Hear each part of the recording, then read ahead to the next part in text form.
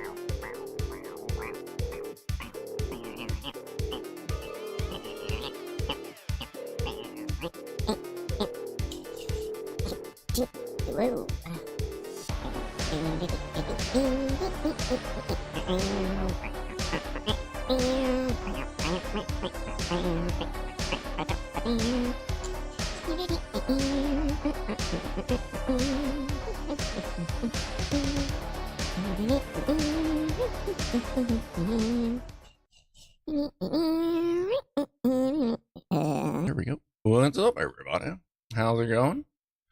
How is everyone's weekend? Hopefully, at least some of you in the States may be having an extended weekend, such as myself. I just overextended it by taking off Friday as well as the regular Monday holiday, Memorial Day. So, yeah, happy Memorial Day, everybody. If you're joining late, check the live indicator. Make sure it's red that you are with us if you want to follow along live. How's it going? So we had the early crew as usual. Gasmaster Joe, Russ, Phil in the kitchen, and Franco Walker. Just me. What's going on? There's Binky, Jacques Attack, that's the fucker, or however you say that. What's up? I feel like...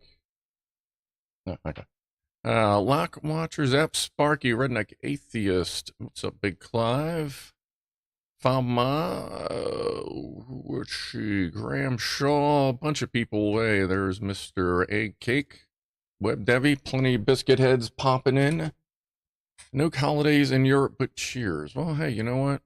Cheers to having an occasional paid holiday off. Cheers to that. Nuts and Proud, bonsoir from France.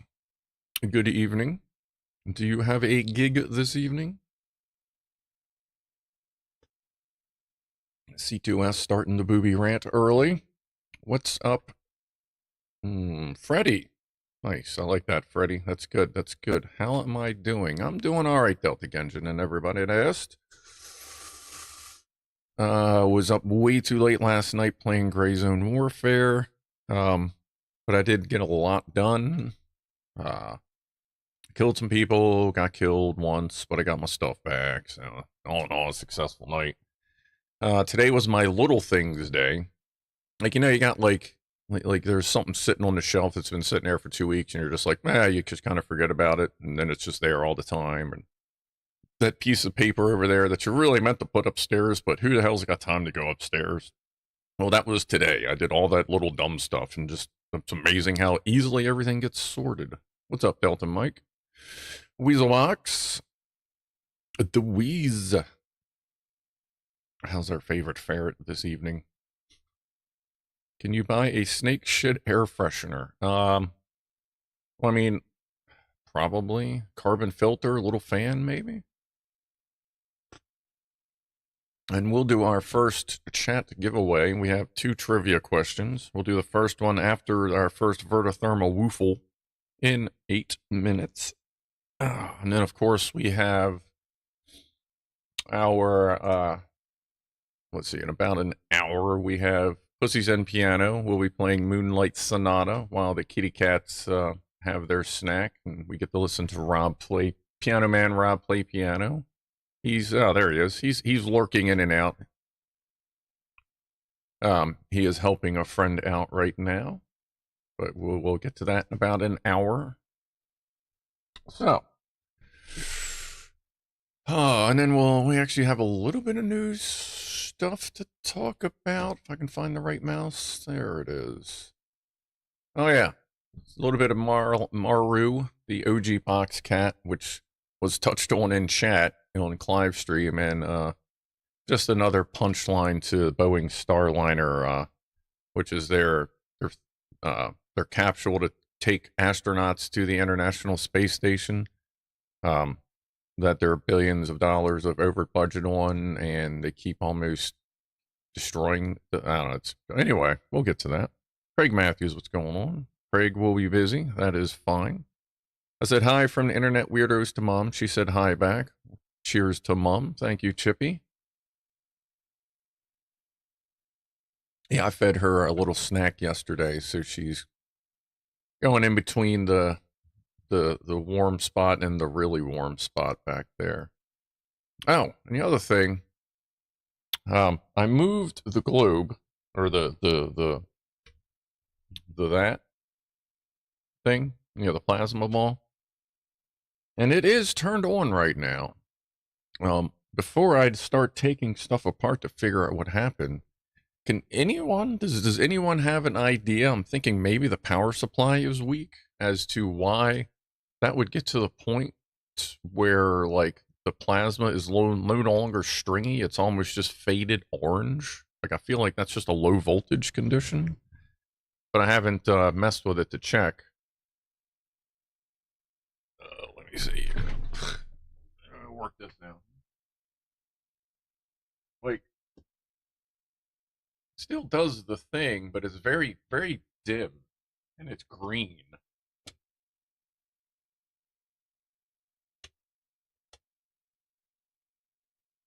Sometimes when you turn it on, it's very strong, and then it just goes dim again. Might be power supply filter caps. Green is oxygen, plasma dense. I don't know, because like sometimes it works just fine, but then it'll just over a period of time. I do want to check the box. Like I know, like that's a pretty big globe for the little. It almost looks like a little box charger for a USB. I think I'm gonna have to probe the to see if it's holding voltage where it should.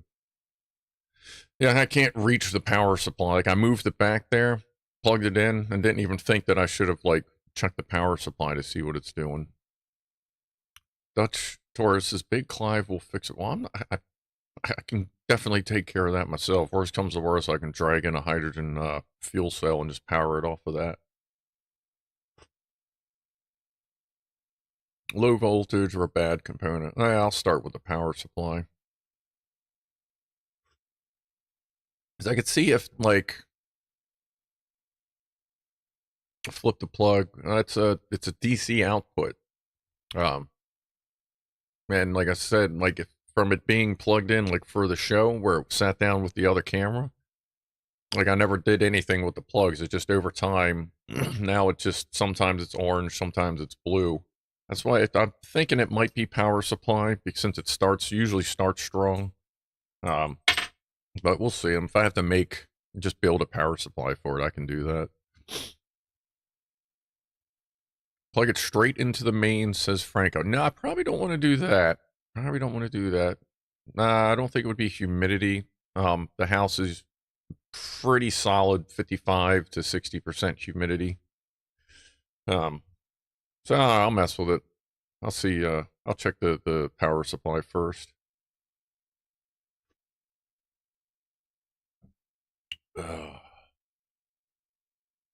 Residual radiation from the off-brand Lego block, says Block Watcher. That's how some countries get rid of the extra, just Lego blocks. Hey, you know what? Well, as we were talking earlier, and I think it was Frank brought it up. When I brought up that I'm surrounded by white shingles of white asbestos, like I have aluminum siding on the house, but directly under it is full fucking like 3/8 thick shingles, like old school overlapping shingles of white asbestos. Um, that and the house, everything, all the walls in the house are expanded steel with latten plaster over it. Everything is lead paint that's been painted over with a couple layers of like safe paint, which is normal. So it's been, contained or encased or encapsulated or whatever.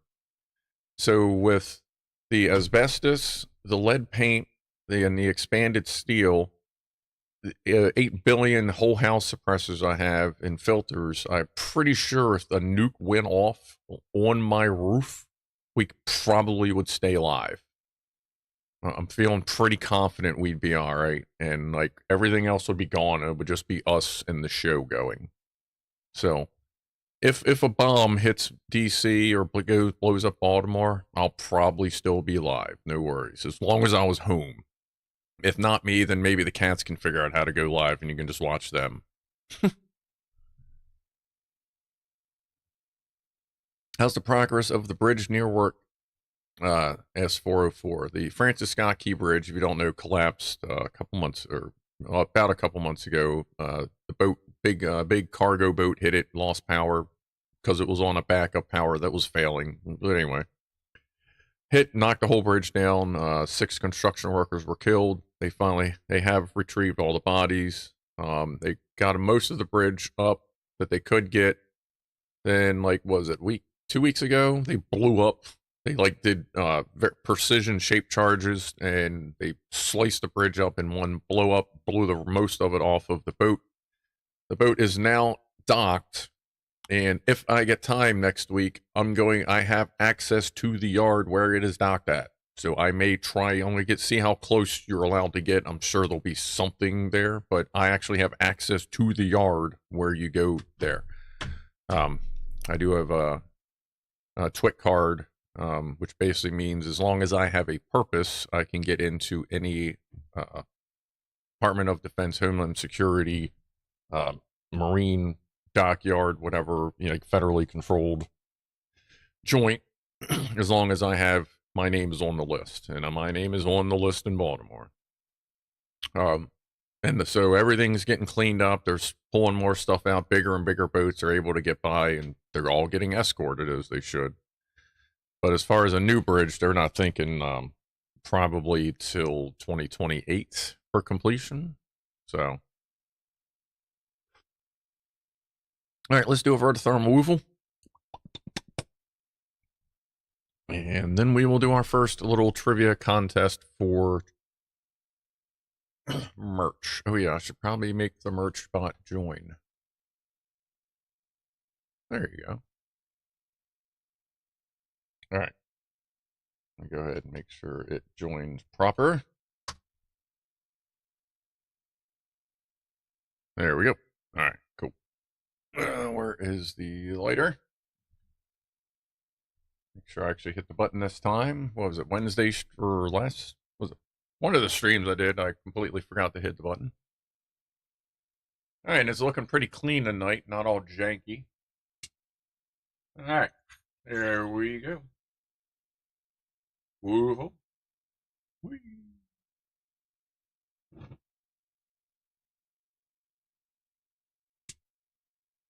Number 2.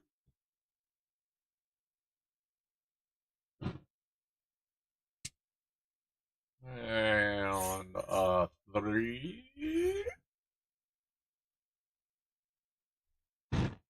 Oh yeah. Now I'm not going to do it again for the scale, but I'll turn the scale on for the last one. Hold on. You forgetting? I forget that all the time. There we go. And it just recalibrated. Good. The close up. Ooh. Not real happy about that. Strobe warning. Woo. Oh, it is struggling. All right, there we go. Let's calm down.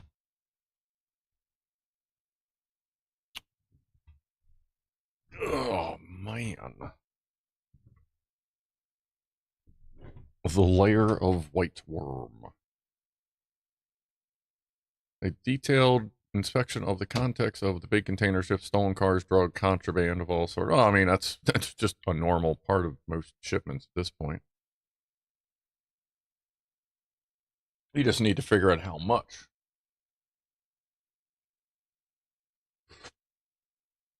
All right. Let's see here. All right. Chatters. So the last giveaways we did were like, yeah, posted a video, just put your name, random choice. Cool. This one, we're going back again for the chatters. There are people, like, even if you don't really participate in chat, just, you know, if you want to enter, like, go to the chat thing. That's because, like, chatters are really what help the channel, because that helps us conversate with each other, and you hang out, and donations, and members, and all that. The most active people on the channel are generally also in chat. Yeah. Blah, you know what I mean. Anyway. So as usual, let's see. It'll be for $40-ish worth of merchandise. You know, roughly 40 US. I mean, if you go over $1 or whatever, then we'll sort it out. And shipping is covered. Ship to wherever I can get the vendors to ship to, which most places ship to everywhere. And of course, you know, I'm going to need your name, like a name, whatever, address, preferably a phone number, because shipping companies do require a phone number now, and it's easier to put yours in if they're looking for you than to put mine in and be like, I don't know, I'm on the other side of the ocean, like if it's UK or whatever. And of course, obviously, you'll have to email me and that good stuff. All right. So, that being said, if you want to be as up to date as possible, I would go ahead and refresh your browsers and windows and all that stuff so that you are as live as possible. What we'll do is on this first one, we'll do the second one later on. The second one will be probably after Pussies and Pianos. That way some of the people that hang out way too long, get another chance. And this first one, you're actually going to have paid a little bit of attention and kept a little bit of knowledge, but we'll see how it goes. But I'll give everybody a moment to do the refresh thing, because I know that's not always super quick, which is funny, because that's what you need to do to get called up. And hey, I guess while we're waiting, why don't we go ahead and, well, shit, hold on. Dilly? Yeah. Yeah, it's tonight. Yeah, if you want to enter, just, the chat thing I just said, like, if you're going to call, like, if you're going to pay, like, pay attention. Yeah, like, if you're going to enter, you should probably, like, actually pay attention to what's going on. Yeah. Yeah, and you think I'm stoned? Shit. All right. Yeah. Just be in chat. All right, bye. Cheers, everybody.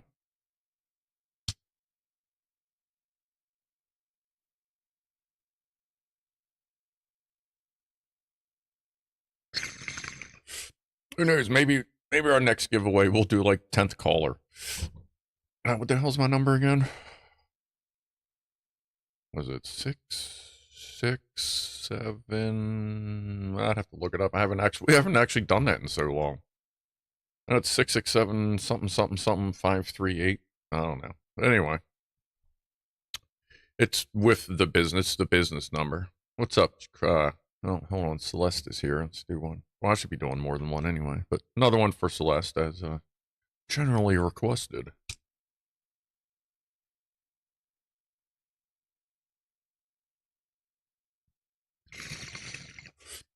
Grant Rennie would like to know if anyone here has had laser surgery on their eyes.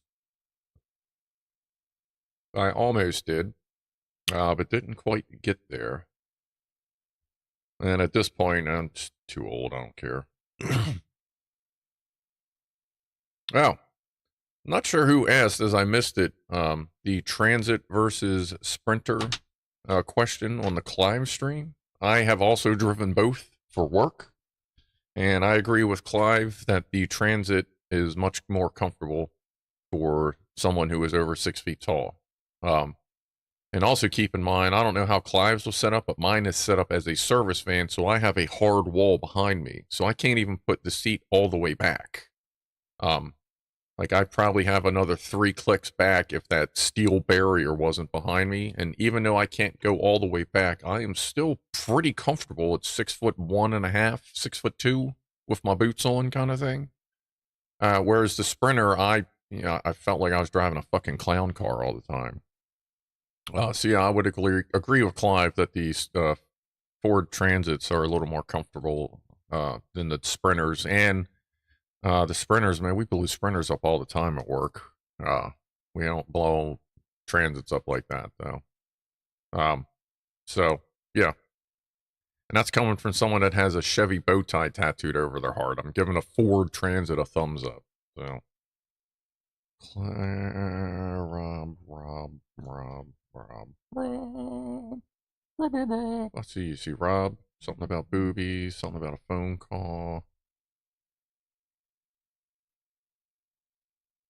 Scrolling. Oh, there we go. Oh, yeah, we can do that. What was the contest? Well, the contest will be in just a moment. Little trivia thing for chatters. So yeah, let's do a toast to Piano Man Rob's buddy Claire. She just went through an operation. It was rough, but it went okay. She is in recovery, and Rob is helping take care of her. So a toast to the Piano Man and to Claire, for Rob for helping, and Claire to get better soon and with no complications. So cheers.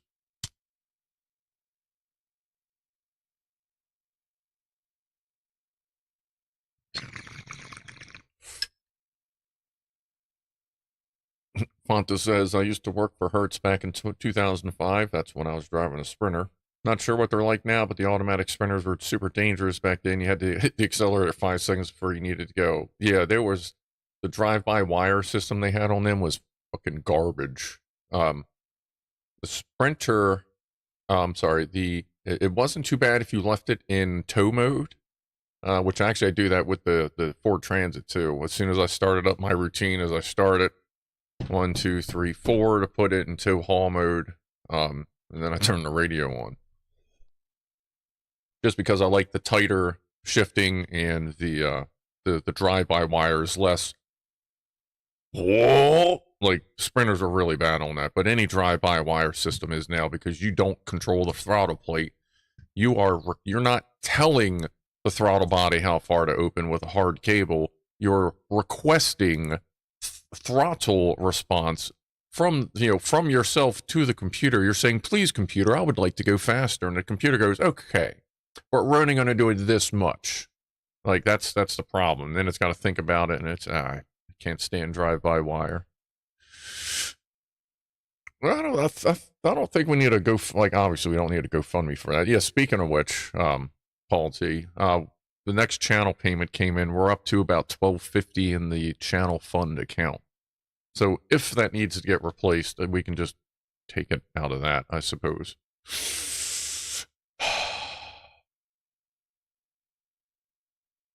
Oh yeah, and the collar and dog tag that Vera won in February showed back up at that was lost for months, showed back up at my post office last week.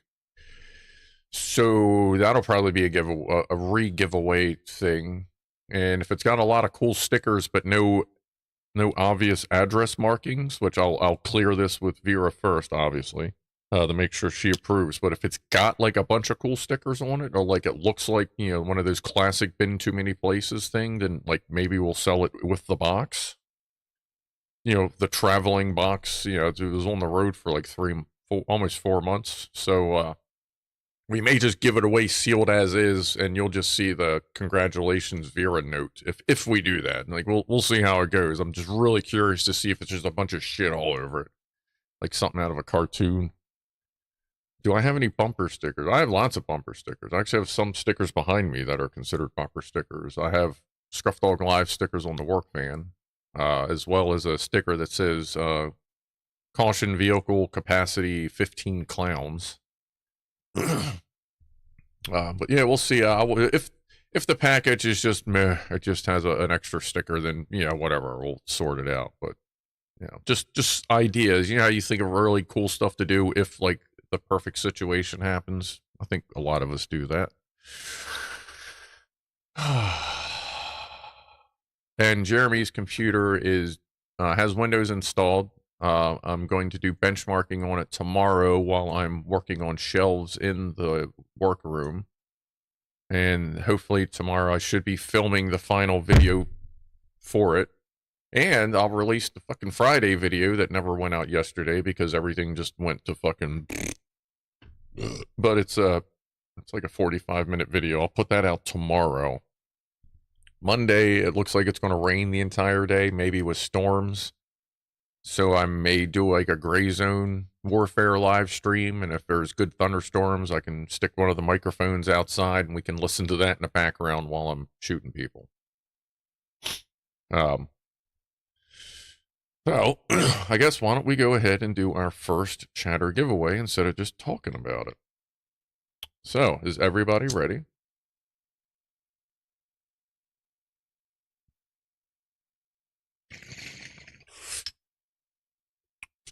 What I'm going to do is I am going to take the 8th correct answer.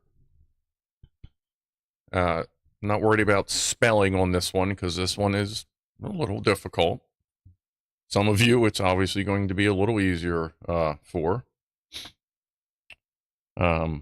So, as I have discussed, I'm not quite as nauseum, but every once in a while, as a cannabis user, there are two categories of cannabis. One that gets you high and one that gets you stoned.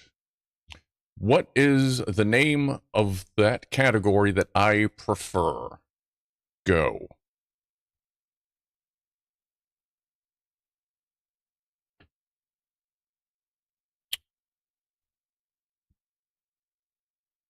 One, two, three, 4, 5, 6, 7. 7. Is that it? That should be it. When I say 7, let's see here.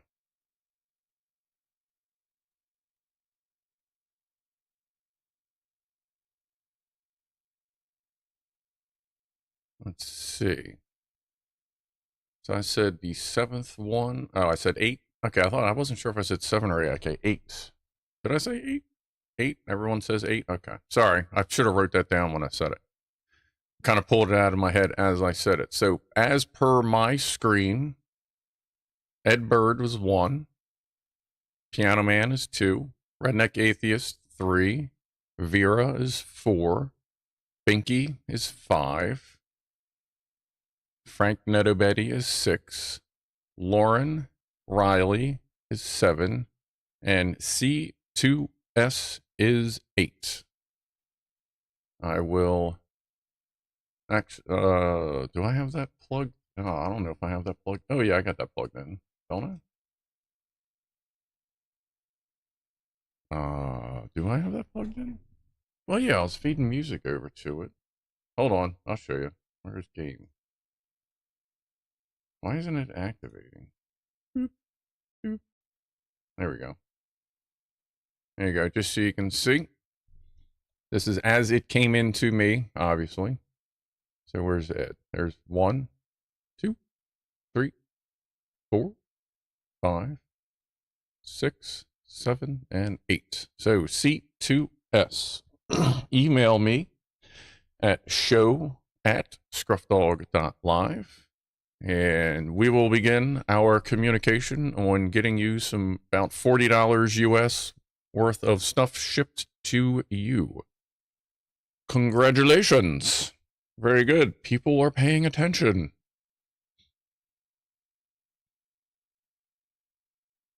Appreciate those who went woo and jumped on in there. Always appreciated. And like I said, the next one will be after Pussies and Pianos. So that'll be, hour-ish. We'll do that shortly after that. Did somebody poop? Maybe one of the cats poop. Phew. You needed to say what strain you like. That's a little too much detail. Good lord. I've never heard of indica, says Delta. Indica is generally, like, in the world of cannabis, it's purple. And that is what gets you stoned. That's what couch locks you. That's what's, yeah. Now, that's one of those deals. Whereas sativa is a more of an energetic high, which is like, yeah, all right, dude, let's go mow the fucking lawn, man. You know what I mean? Like, or, let's go build a boat for no reason. Those are when you get high, when you get sativa, that's when, like, you start the weekend with nothing to do, and on Monday you have, like, the model Titanic built out of fucking restaurant napkins. That's 8th scale. You know what I mean? Like, that's what that is. I are still tiny. Oh, I'm just letting you read yourself. No, thank you. How is it that you get the video on your screen? Is it via OBS? Yes, Craig Matthews. Or can you use that to save a file as opposed to OBS does both. It connects to YouTube, and I could hit the start recording button now. And I do that sometimes, like with Gray Zone. I'll record and I'll stream at the same time, just in case I see a clip I want to do, which I haven't yet, because I haven't had any, like, clips quite yet. My pip is backward. What pip is that? Pippity doodah? Pippity a? Picture in picture. Oh, yeah, I did that. Shit, who brought it up? Oh man, I said I was gonna credit them too. Son of a bitch. Somebody brought that up. Did I write it down? Somebody brought that up in the Gray Zone stream. I wonder if they're here. I feel like I wrote that down. I was going to give them credit for it. Because when you're playing the game, hold on, I'll flip it back. This is my game capture. You're on my game PC. But when you're playing the game, as I'm looking at the monitor, with it regular, it just looks like I'm looking at the side of the monitor. Whereas when you flip it around like this, it looks like I'm looking into the game. So I flipped it around. Damn it, I forget who brought it up.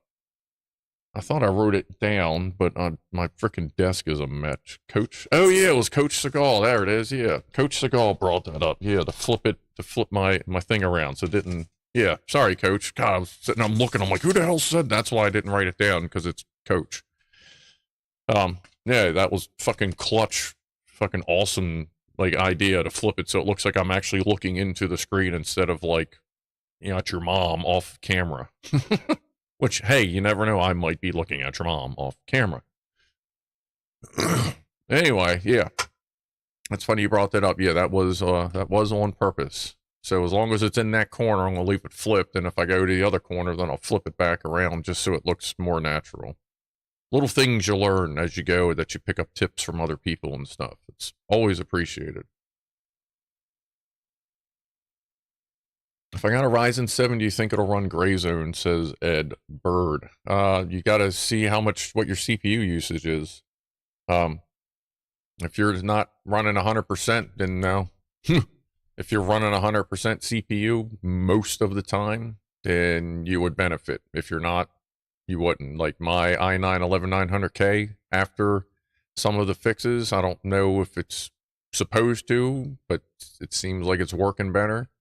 My i9-11900K running at sometimes 4.9, sometimes 5 gigahertz all core, will run generally 40 to 45%, while the video card 3090 is running balls out at 100%. So, like, my CPU is fine. So unless you're running 100% CPU, I wouldn't bother, really. Or I'd say over 80%, because at that point you may just be, not be using all the CPU just because you have enough threads to cover it, but those threads may be pushed maxed out. Hell, you're hitting 80-90%, then yeah, you would probably benefit from an upgrade. If that's an AM4, or what, AM4 Plus, I don't follow AMD much anymore. But most of your AM4 and AM4 Plus, I think it was, motherboards are pretty universal. Just make sure you got a BIOS update. And you obviously check your motherboard specs. You could probably put like a 7800 or 78 whatever X3D or 70, I don't know, like one of their 7000 series most likely I think would fit on any AM4. Like some of the AMD guys would have, or gals would have to tell me. Rasher, what's up? Thank you for the €5. I'm 53 years old. I'm 47. What do you reckon I should smoke as a beginner in this crazy world? Well, what do you seek? Are you just looking to relax? Do you need your brain to shut up at night? Do you have physical pain? Is it more of a cloudy mental thing? Kind of give me an idea. And you don't have to. I appreciate the donates. You know, we do. All money for the channel stays in the channel, like for Legos and games and stuff we may need. But no, like, yeah, go ahead. Like, just tell me in chat, like what is it do you seek? What do you seek to relieve, or are you just looking to have fun? Like, is it an alcohol substitute? Some people are using it as alcohol substitutes because nobody really likes a hangover. That's pretty much the reason I haven't gone back to alcohol, because I'm doing all right and I don't get hungover. But I do miss the flavor. Let's see, my Electron box, my i7 Force 4790K, great generation. What's that, Sandy Lake? Is running like a piece of shit the last month for some reason. That's odd. I have two i7 I have an i7 4980 HQ and an i7 4770. And actually the 4770 is the server I just replaced. That's the one I built. And that was, the system itself is fine. But no, those, the 4th gen i7s are fucking tanks. I wonder if it's something stupid Microsoft's implementing in, like, or if you're running Windows just to push old hardware at. The X3D is the AM5 socket. Yeah, I would see, Asmo says the 5800 X3D would be the best for an AM4. Oh, there you go. Yeah, like I said, I don't know AMD stuff like I used to. I stopped paying attention to AMDs after my 720 Black Edition. Was it something 720 Black Edition? It was a 3-core that I plugged into an Asus motherboard and unlocked a 4th core, and then it was like a 920 Black Edition. Any chance that you would make a cannabis video, something to educate those who have never tried it but are thinking of doing so? Asks Deltic Engine. I suppose I could. Yeah, I mean, I guess that's not a bad idea. I do kind of go over that apparently in chat occasionally. Let me make sure I'm not missing Rasher here. Okay, not yet. OSX for the win. I'm due for an annual SSD replacement and reinstall next month, says Electron Box. Annual SSD, is that for like a critical server? AM4 Plus is up to the 5000 series CPUs, especially if it has the X570 chipset. I guess we'll have to do a little bit of research on your motherboard there, Bird. We can do that. And by the way, Ed Bird, he's generally squadding up with me, and now Asmo as well. On our last stream, we had all three of us were squad up, just going through wrecking towns. So that was fun. And if you do play Gray Zone Warfare, and if you're on Crimson or will be wiping, if you want to ever squad up with us, whether we're playing or not, we use Discord channel. We have a hidden comms channel that's just for playing the game, like while you're playing, in case you need to be real quiet. I mean, right now it's only me, Ed, and Asmo in that channel. But yeah, I have a little thing over there. But yeah, like we play regularly. And the next time we have to do a big wipe, we're probably going to switch over to the one on the south, the Murphers.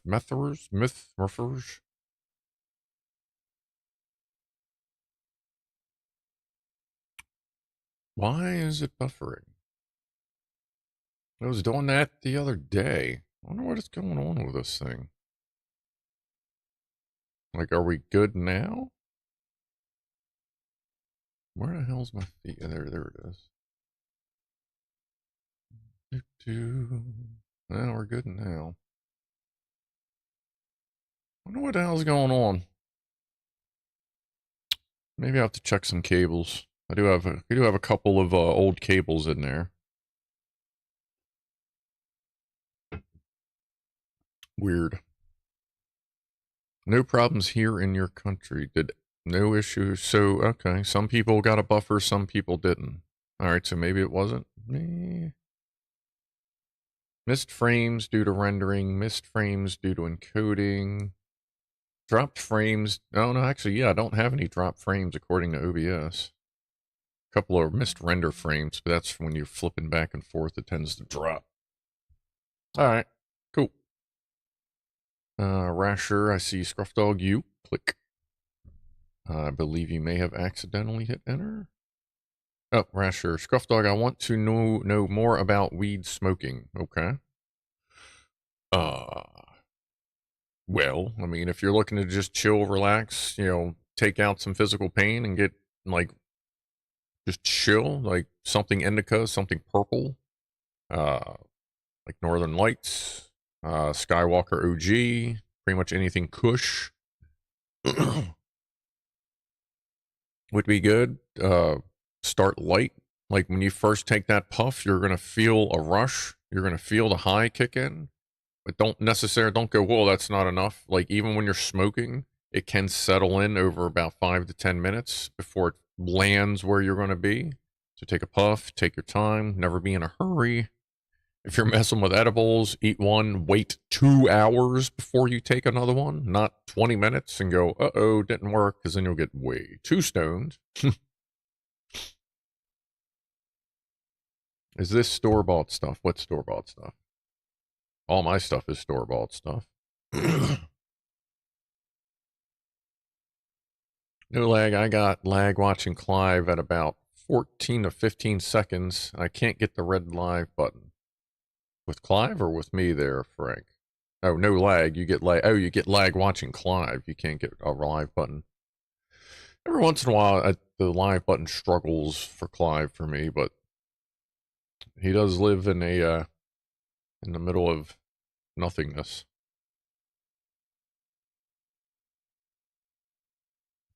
Maybe I'll sort that out. Maybe we'll pop her out next week if she's running around still.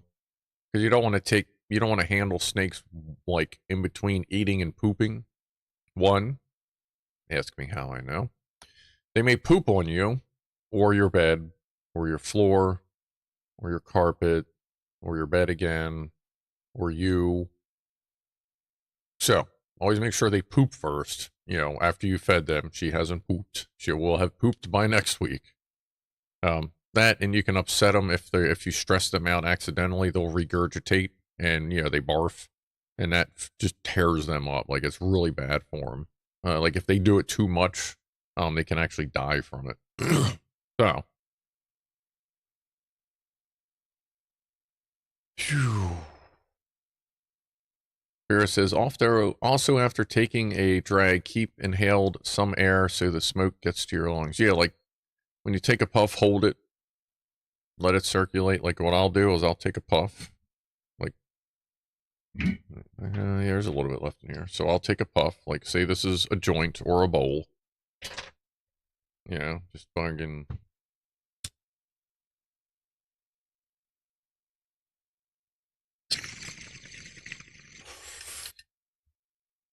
halfway in.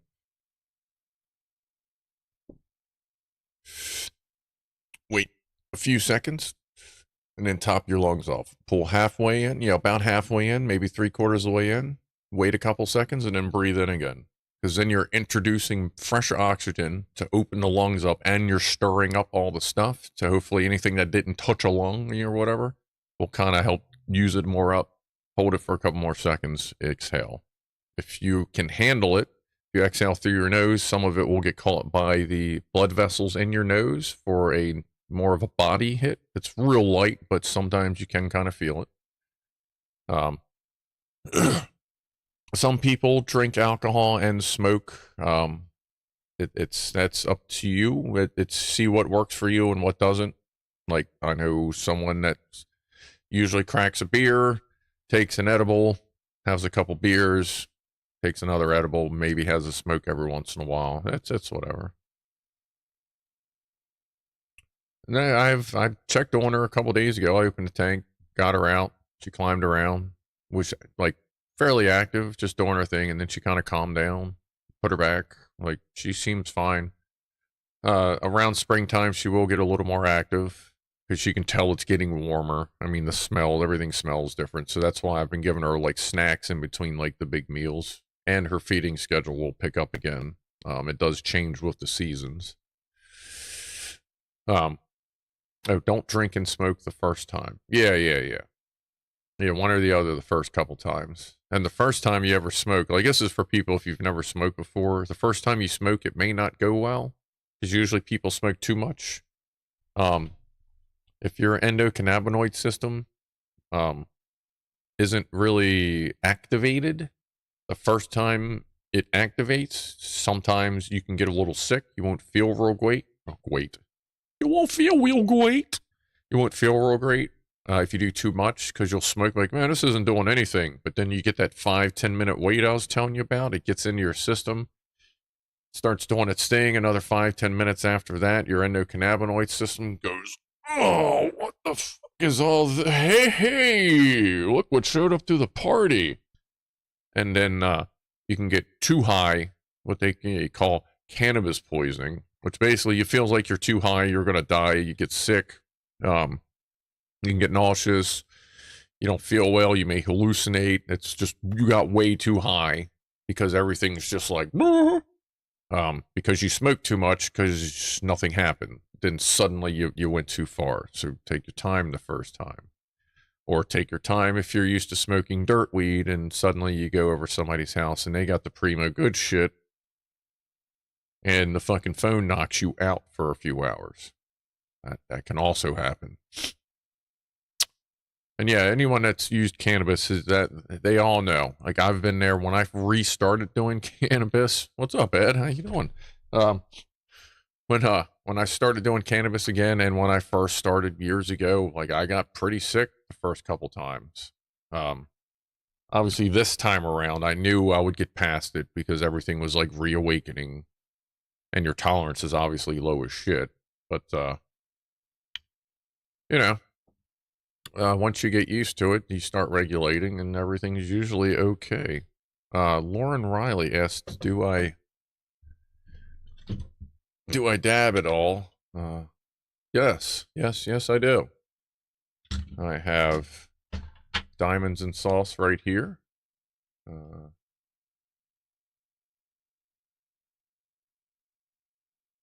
And bubble hash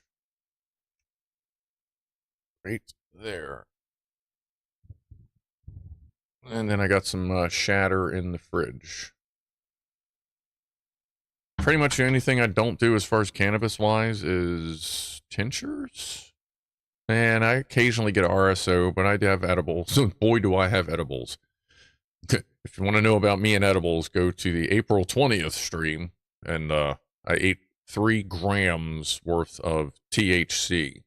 Not like the weight of the product, but actual value of THC. And I ended up doing a nice long-ass live stream. That was pretty fun. Woke up next day refreshed as hell.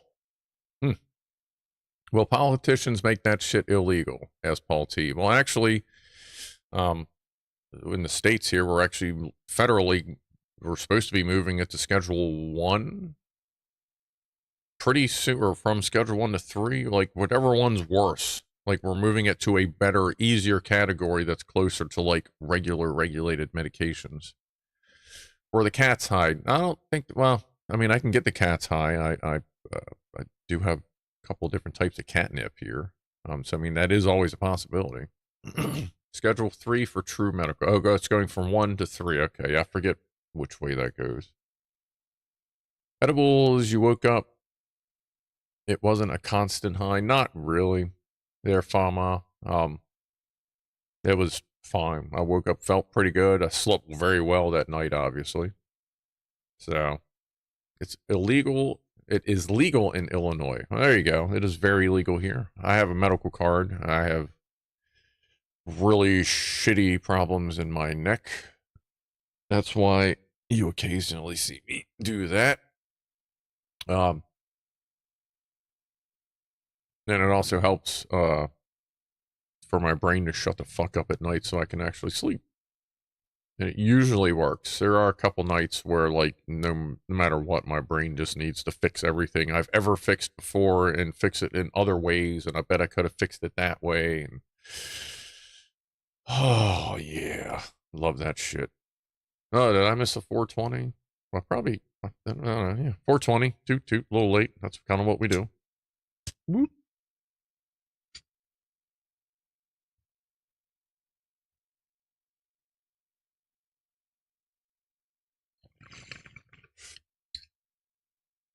Yeah, anything like as long as you, if you want to start on weed, like if you've never smoked weed before, just make sure you get something from a reputable source. If you know someone else that smokes weed, like don't.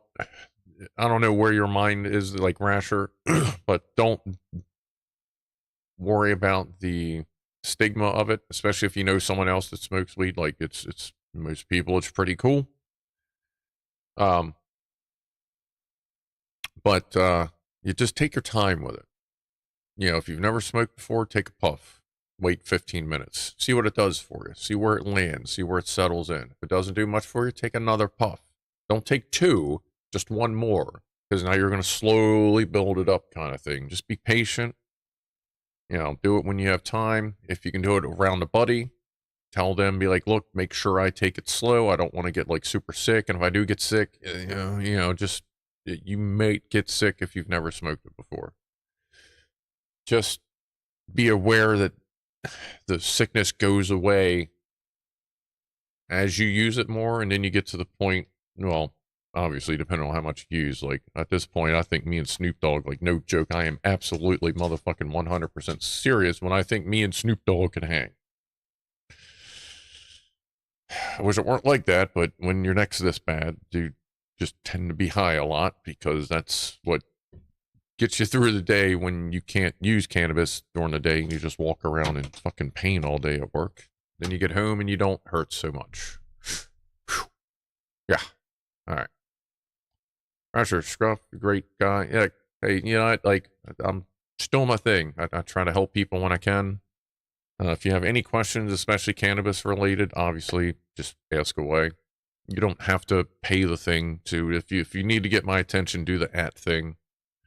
At Scrufdog thing. Like I said, we appreciate it, but you don't. I'm not someone that looks for the paid comments, I guess.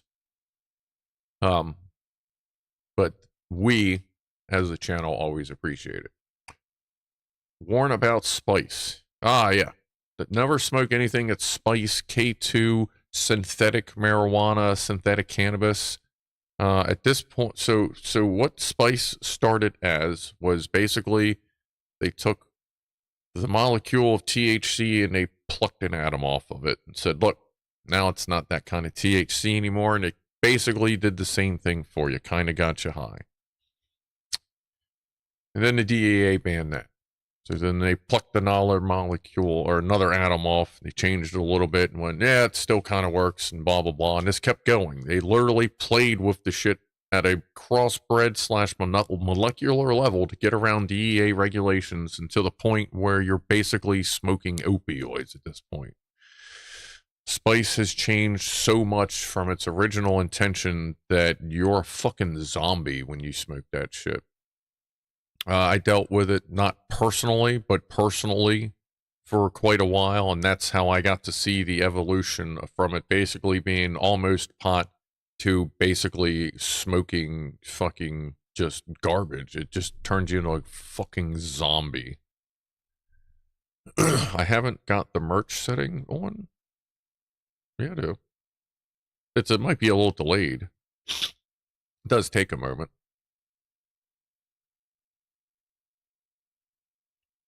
Well, there is a cooldown period in as well there, Franco. It just popped up. Oh yeah, you did mistype it the first time, and then someone else typed it. I think it's like a 30-second, 2-minute cooldown or whatever. Um, but yeah, spice is garbage. Like it is there to get around the law, and it's one of them things where it will fucking wreck your shit, and it will fuck your life up, and it almost caused a divorce to be earlier than it inevitably was, but it almost on its own caused a fucking divorce. It is just fucking shit. Totally avoid spice, synthetic marijuana. That's why I say make sure it's a reputable person, preferably someone you know who smokes pots, who smokes pot, uses cannabis, whatever word you want to use. Um, just make sure you get the good, not good stuff, but safe stuff. Doesn't need to be good, just needs to be safe. And honestly, if it's not like medical grade shit like I get, would probably be better, because that may just fucking, pardon the expression, but that may just drop your dick in the dirt if it's too strong. So, but either way, just take your time. Well, I went on and on about that, huh? But that's a good thing. Like I'm trying to help. That's cool. All right. Wow. How is it this late already? Okay. So let's see. Maru.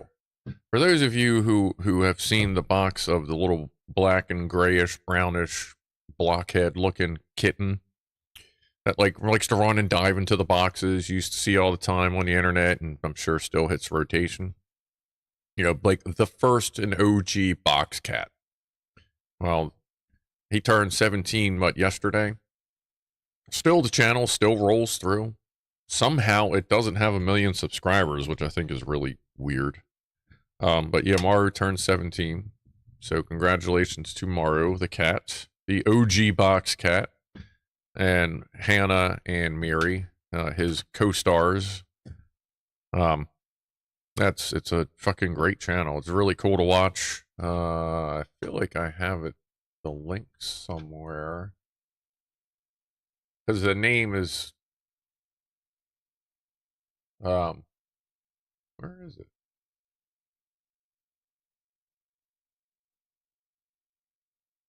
Oh, there it is. Yeah, I'll put the link in chat.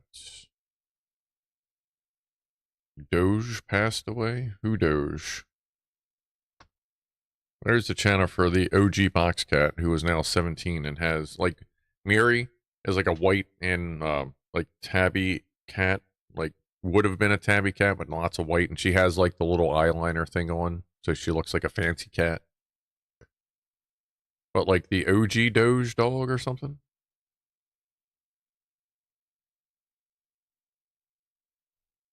Which Doge has undogified? And you're welcome, Rasher. Like I said, ask away, whatever. And like, look, you don't have to ask. Also, like, you don't, if or anyone that's watching or listening, like, if you have questions and you don't want to ask in chat, or you're not comfortable or whatever, like, you can email me at show@Scrufdog.Live. Like, if you have questions that you would like to ask me, or you just think of something in the middle of the week, like, just go ahead, fire away. Like, I'll answer through email. Like, it may not be immediately. Like, you gotta give me a little time. But like, you can, it's cool. You know, if I can answer any questions, fire away. The meme dog Doge. Oh, that Doge dog? Aw, well, that sucks. I got some Doge too. The original Shiba Inu dog that was the prototype for Doge. Ah, that sucks. That was fun being a Doge in the game. When you're a cat, you can put on a Doge thing and actually walk past the dogs.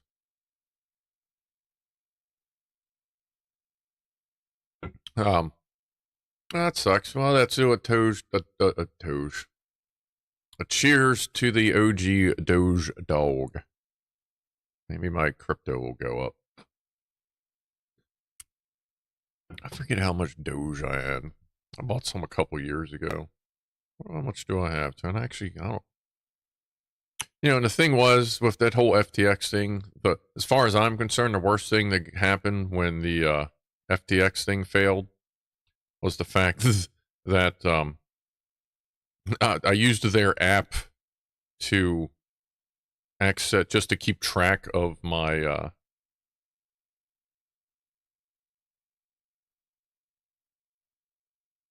what I had in crypto, and now it won't update anymore.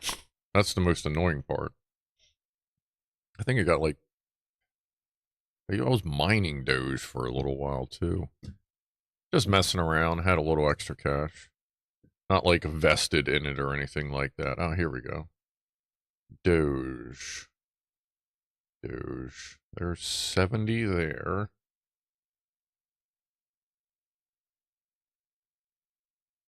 There's 154 there. So what's that, like 224 Doge or something like that? I don't even know what it's worth anymore. I got like millions of SHIB, whatever the hell that is. Apparently you're not getting anything you lost there, Scrufdog. Yeah, that's fine. That's whatever. I put a bunch of stuff in. I have 1.5 Ethereum, and I'm way up on that from 3 years ago. So I bought all that when it was around like 1,200. Like the plan now is with my Ethereum I have, like I'm done with mining and buying. It's just sitting there. But hopefully the value goes up, because when it's time to build the new computer to replace stuff, I'm going to cash in the Ethereum and use that, the crypto, to buy the new computer. Well, to add to the fundage of whatever I can get out of it to buy the new computer. So it's somewhere on there. I'm probably going to have like a little Ethereum symbol or something like that, powered by, or Steth at this point, because it's staked Ethereum. That, and I have, is it 0.023 Bitcoin? I think it's a few hundred, or like maybe under 1,000 worth of. That's just expensive. That's always been expensive. Oh yeah, I got some dumbass NFTs too. Like once you kind of get in, once you float around through that little ethos, that little culture, like you get NFTs, tall statue. Like I have like a bunch of free NFTs from Marvel and DC. I don't even know if I'd be able to access them anymore. But it's funny. It's like I have this one. I'm like, it's like, is it worth more if I look at it on a 4K monitor than a 1080? Like, I don't. How does this work? It's just so fucking dumb. I'm glad that's pretty much, as far as I know. Are people still doing that shit? Like, are big-ish people still trying to do the NFT thing? Like, oh my god. Do I play BeamNG Drive? Nah, I really like watching YouTube videos on it, but I haven't gotten it. I feel like I would invest way too much time in that game, so I'm kind of going to let that go a little bit. One of the dudes I work with has one of the beams. I think it's the Drive version. I don't know how BeamNG works, but I know he does drive around in it a lot. He talks about it sometimes.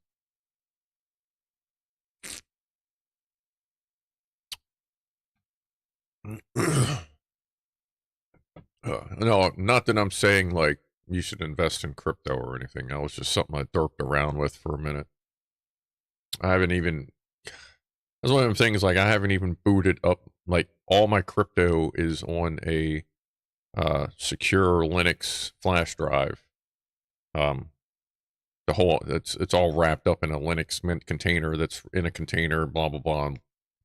Good. I mean, I'm sure someone could get into it if they really, really, really, really tried. But it's not like we're going for a whole lot here. You know, the reward versus effort. But anyway, I haven't even plugged that drive into anything in like 2 years. I'm like the ultimate hodler. Like I just bought it and just completely forgot about it. I just found my password book for it, like a month or two ago. Ugh. It was nice in the winter though. The heat didn't run as much. Costs a little bit more. Running that. Well, that was the studio computer running that on the 3070. Yeah, something to derp around with, but I didn't get into it. Like I know some people that have put hundreds of thousands into it, and it's like, I hope that works for you. Because the one thing you really gotta remember is a lot of stuff you put in, it's really expensive to get it back out. Like, I haven't even looked at staked Ethereum yet to see how much that would cost to get out, but hopefully by the time I cash out for the computer, it'll be whatever. I mean, at that point, in the next 2 years, if I cash it out in 2 years, at that point, it's so forgotten. The investment is so far back and forgotten that it's free money. So whatever costs is whatever costs. I'm thinking, Franco Walker says, I'm thinking of getting a graphics card for my PC. I'm using an onboard GPU. Well, it depends on what you do with it there, Franco. Like, are you going to go bug hunting or PvPing out there? You're going to, do some mining for cobblestone and diamonds? Like, what you want to do? Because we're about to do Pussies and Pianos. Go back in time with a modern PC at the crypto start, says C2S. C2S, you wouldn't even have to do that. Because you got to... I was around. I'm not sure how long you've been here. But I was here back when, like, you could literally buy a magazine and it would just have a code in it. And they would all have unique codes in them for free Bitcoins. Back when that guy bought a pizza with 1,200 Bitcoins, like, you could just go back in time and just get Bitcoins. That's all you needed to do. You wouldn't even need a computer to mine it. I mean, it would be amazing, but it would be easier and more inconspicuous. Inconspicuous, just to go back and grab some fucking magazines off the shelf, come back with thousands and thousands of Bitcoin and just cash it out. Shit. Anyway, flashlights deteriorate over time, so I hope all your crypto drive is still good. Personally, I'd use a conventional drive or burn it to an archival disk. Yeah, we'll see. It was on a genuine good drive, SanDisk, like one of the better SanDisks. But everything I have, even if the drive crashes, I have ways to get to other, there's other ways to get to it. But let's go ahead and get Pussies and Pianos going.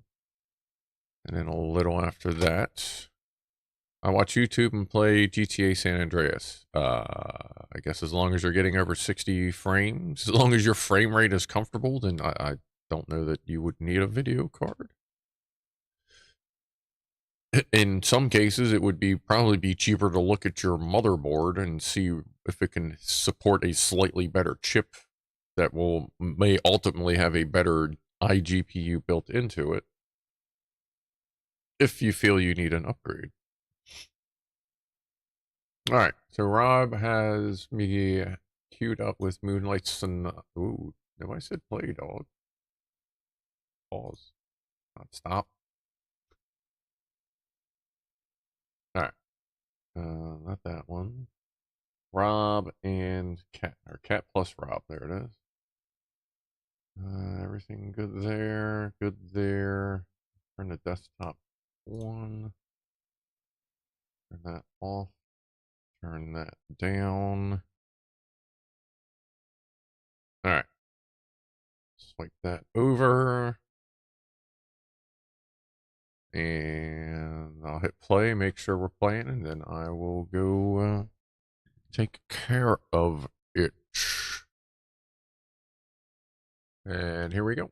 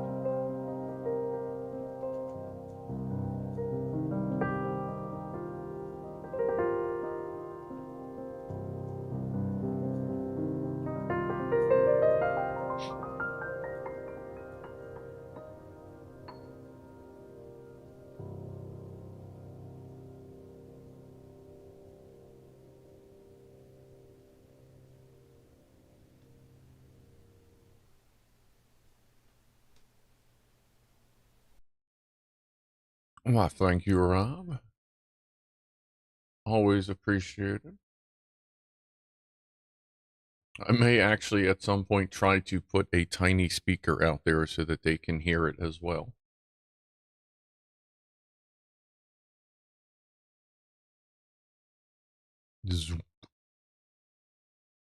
So that's Lee right there. She is a dilute tortoiseshell. She is gray, cream, and red as opposed to like dark brown or black and red. She's also known as the floofer vacuum cleaner, or the fuzzy little vacuum cleaner. And of course, they make a huge mess every time they eat, because they eat the gravy first, and then they flick all the meat onto the floor, and then they got to eat it off the floor. So the next stack of cat canned food I get for Gucci is going to be pate. We'll see what they do with that. Oh, they're always hungry. They act like they never eaten before. Just off camera is a gigantic thing of food, a big thing of food upstairs, and a big thing of food downstairs. How did pussy ever become slang? I have no idea, Paul T.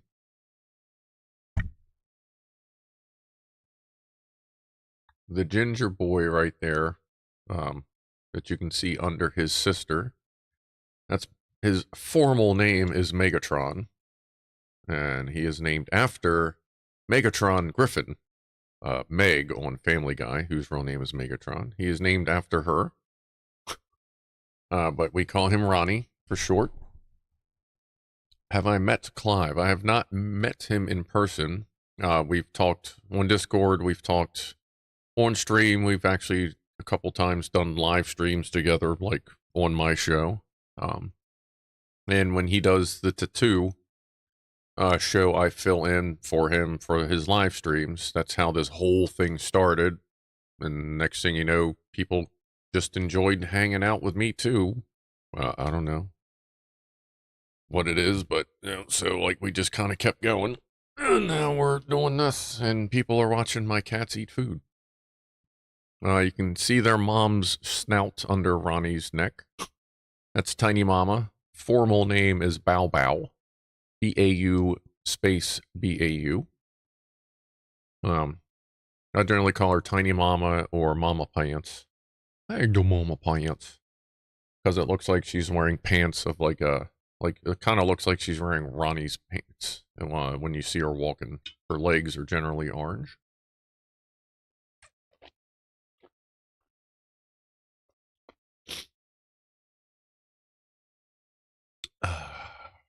The rejection of certain morsels is fascinating, says Rifleman. Yeah, hey, there's Ronnie's butt.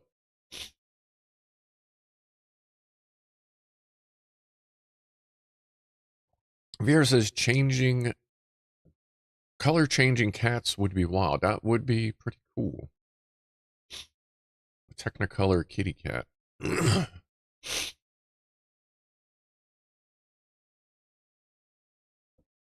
How is Claire feeling at the moment, Rob? Well, I guess on your last check-in, if Rob is around. Hopefully she's feeling okay. What am I drinking? What are I drinking now? What am I drinking? This is just coffee. This is my, call it my redneck mocha. I use Folgers instant coffee because it's coffee. It's actually just freeze-dried coffee, not a fucking chemical mess that tastes like it. I use Folgers freeze-dried coffee, a little bit of Hershey's Special Dark baking cocoa, like a literal dash of sugar, and French vanilla creamer, and it makes it like a redneck mocha coffee. Besides that, I usually drink tea or water. Or sometimes on my Saturday stream, I'll save my one soda I drink a week, and it's actually in the fridge. I'm going to drink that tomorrow. Another iced tea as opposed to like a soda, as it were. Rob is walking the dog. All right. Is there a vomit cam? Yeah, it's pretty much this cam. Just, you got to catch me during the week. Interestingly, they seem to prefer to puke in the basement, which is much appreciated. Concrete floor and all. But they do occasionally get caught up here. But yeah, it's weird. They do tend to puke downstairs now. I think that's because, like, I don't really go down there much. I don't know. But either way, it's appreciated. From web. Puss says Electron Box. From the web. And Electron Box just sent us a picture, by the way, which I'll show when we go to full screen of his kitty cat. Pussy as a slang term for the female pudenda is thought to derive ultimately from the German phrase Pusse, vulva, or Old Norse Puss, pocket, pouch. Would make sense. One guy dyed his poodle to look like Tigger. As long as the safe dye, that's fine. Technicolor Kitty Cat must be a feminist punk band, says Vera. That would kind of fit.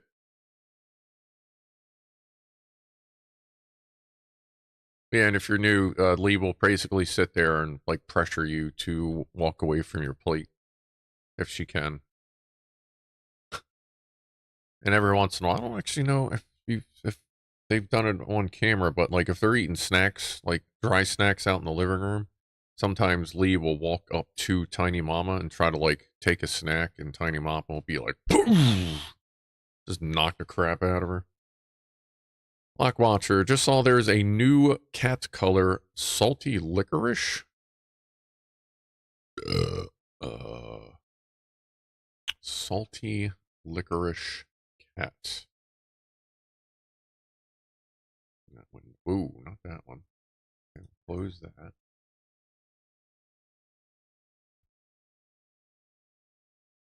It's always annoying when it opens on the top monitor. Salty licorice cat color images.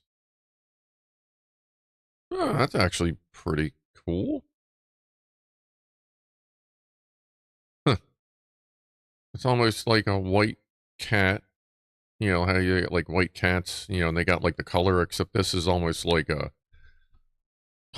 wispy spray painted like black grayish color. Well, I don't know, I've seen that before. That's cool. Good deal. Where does the term redneck come from? Because farmers are generally sunburned on their neck, and so it's always red. Whereas people that don't work outside all day don't have red necks.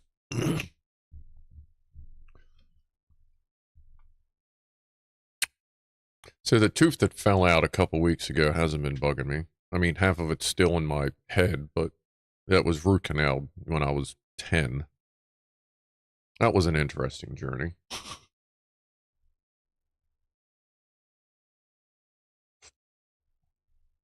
I was really expecting that to like affect something, the way I ate, the way I spoke. But it seems to be okay as far as I can tell. You wouldn't use a percolator to make your coffee, as Fama. Not really. I either use instant, like if I'm at work, you know, or wherever, I drink whatever. If I'm home, I just use Folgers. If I'm camping, I'll take, um, packets of coffee. Like, you know, you can get like the pre-packed, like 1 cup of coffee in a thing. I'll grab some of those, throw them in my stainless steel thermos, and just throw that in the fire with water, and then just let it boil in the fire for a couple minutes. Take it out, let it cool off, and drink some harsh ass fucking lovely camp coffee. God, that shit is great.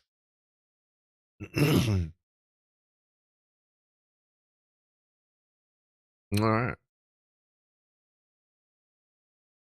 Oh, and Lee's been sleeping in that little half pipe a lot. I may end up getting another one. All right, so who's ready for the next giveaway? As I said before, if you want to go ahead and refresh your browsers and all that, I'll write the answer. I'll write the thing down this time. This time, instead of doing the 8th. Oh, and C2S, you're no longer eligible, obviously. My normal thing would be nobody gets anything within 45 days, but I haven't had a contest in a couple months. So, We'll do on this one, this should be, we'll do number 13. Number 13. I'll give it a moment while you refresh your browser and stare at Tiny Mama.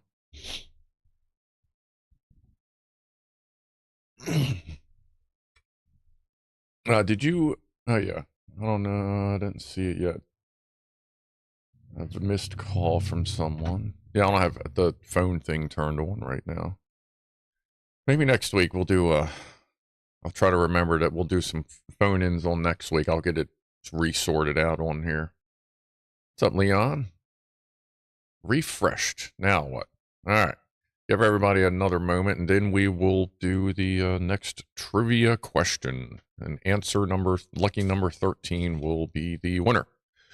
Again, in case you weren't here for the first one earlier in the stream, if you win, obviously I need to know a name, the address to send it to, preferably a phone number, because shipping companies now require a phone number so that if they can't find you, they can call you. If you don't give it to me, you give me a phone number, I'll just put mine in, but just for just in case purposes.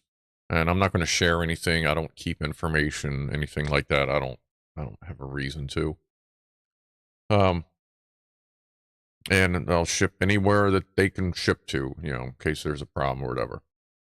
So it's same thing for about $40, $40 ish. It doesn't need to be on the money. It's a little over, whatever, that's fine. And then shipping will be covered as well. Don't worry about shipping costs.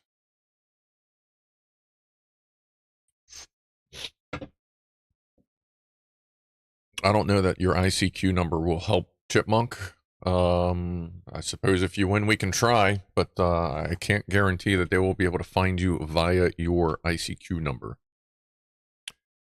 I don't know how many of them would even know what the hell that is. I feel like you got to be pretty Gen X-y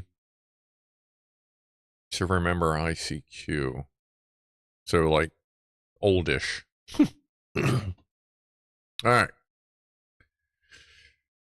So, are you ready? And yes, I know I'm not on full screen. There is a reason for that. So, here is the next trivia question. The 13th person that answers correctly will be the winner. Spelling is close enough, as long as I know what you mean. But don't push your luck. Yeah, if you're goofing around, Clang. So, the next question, which the 13th person to answer correctly will win the merch. What is the name of that cat in the upper left corner of the screen right now? What is his name? And go. 13th winner gets it. Or 13th correct answer gets it. There's one. There's two. Oh, Ed doesn't know that one. A couple of you don't. I mean, if you've answered once, by all means, keep trying. We're getting there. Or just look in chat, you'll figure it out. All right, I think we've got it by now. So let's swipe this over and grab the other mouse because that's on the other computer. And let's see. Scroll up, up, up. So Admiral Rascals 1, Jack Attack 2, Bama 3, Herbert Trouser Fancy 4, Beefy Bake 9, Binky 5, 404 Not Found 6, Just Me 7, Fama 8, Oddbjorn 9, Garbled User 10, Zapped Sparky 11, Lauren Riley 12, Maurice Walker, congratulations, you have won approximately $40 worth of merchandise from the Scruff store. Congratulations. That's awesome. So let's let me grab a vape. Cheers to Maurice. Congratulations. I appreciate everybody that, of course, cheers to Maurice and everyone else, obviously, that hangs out. So again, just email me, show@Scrufdog.Live, and we'll get everything worked out. And we'll go from there. Good deal. Cheers, everybody.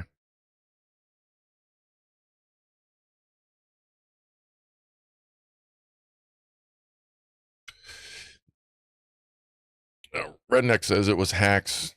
Russia hacked the, Russia affected the voting count on this one. All right. As long as we keep selling some merchandise every once in a while, we'll do this again. The next one will be a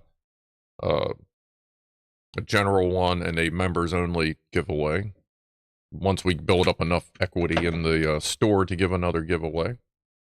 Or if we just say, let's do another giveaway, we'll take it out of the channel fundage. But we'll give it, a couple weeks at least.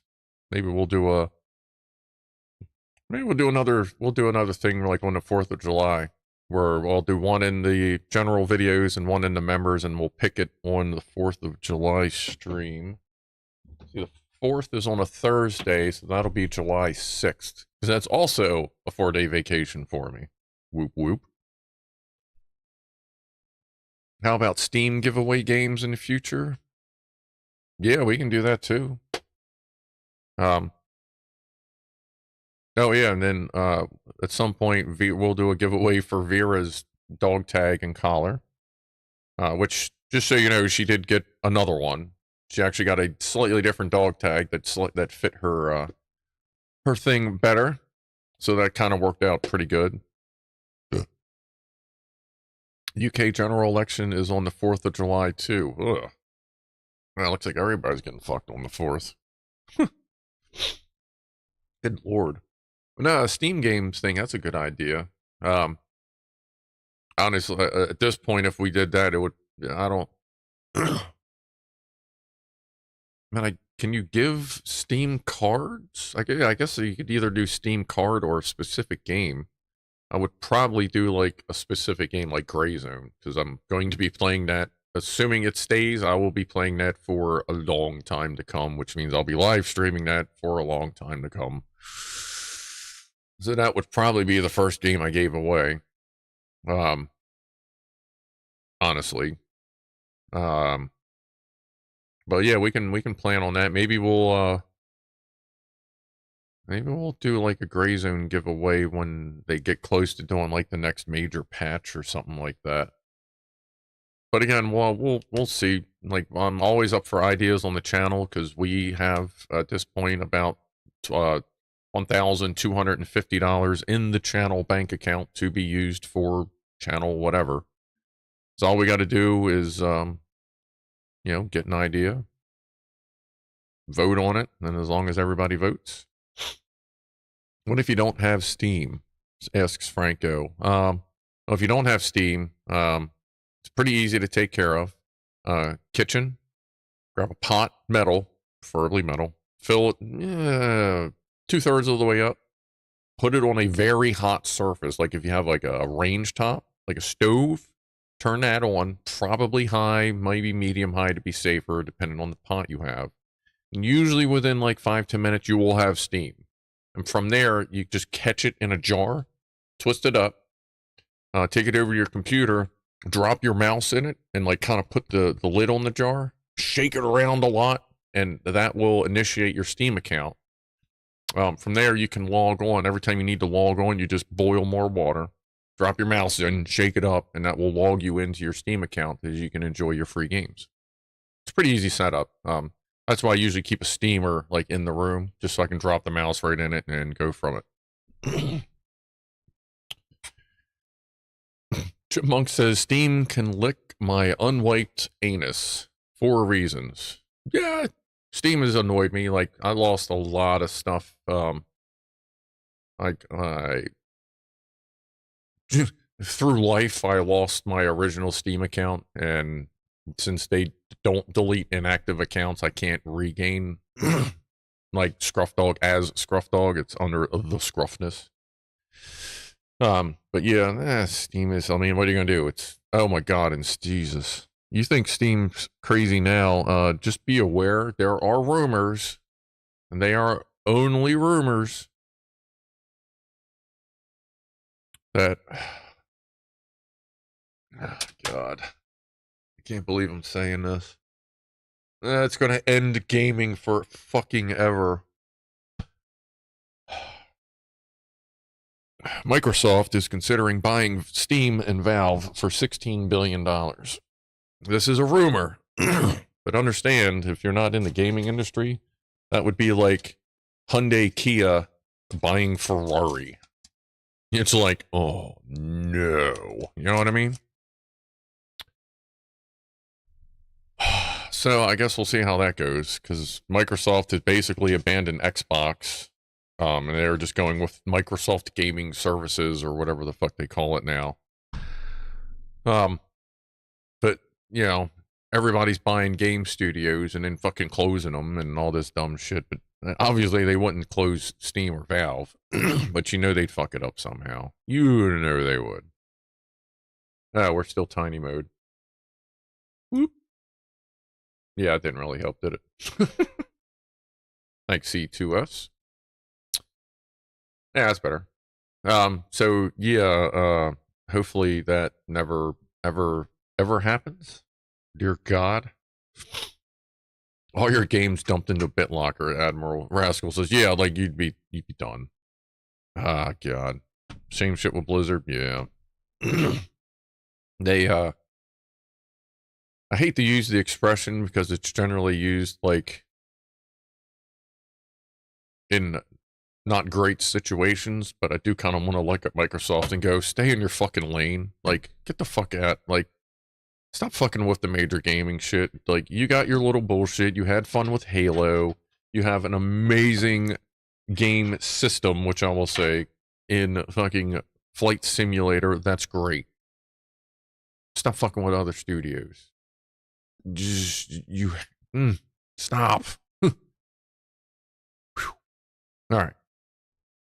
Anyway,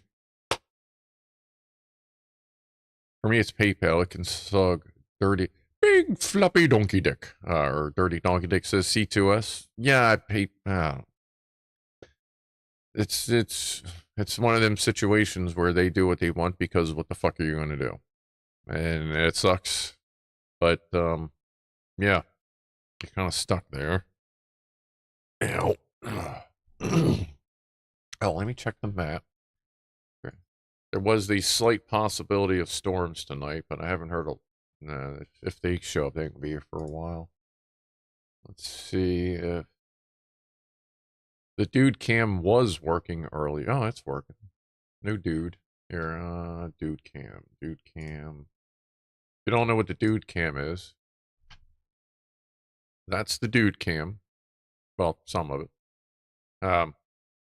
And all that shiny, that's from all the slugs. Like, a lot of slugs will help themselves to the cat food at night when I put it out. And, like, you just really can't do anything with it. So I just have a partially shiny porch. A lot of slugs. I may have to sort that out. But yeah, we have, at this point, 5 outdoor cats that I help feed. Including the dude, Mr. Tabinator, Tuxie, Gray Buddy, and the 5th cat who I haven't seen too much. Salt or Epsom salt, maybe. We'll see. Like, I'm not trying to, like, I'd rather just not have them gum up there, but I don't, like, I almost want to put, like, a salt barrier as opposed to just salting everything. But cayenne pepper, yeah, well, see, and then that's the other, if it's cayenne pepper, then I worry about the cats sniffing it.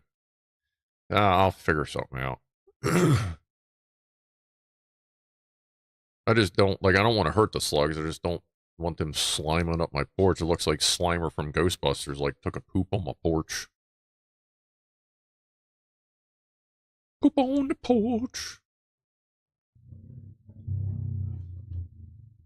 How about a game card? Yeah, I mean, that's Steam, Xbox, or PSN.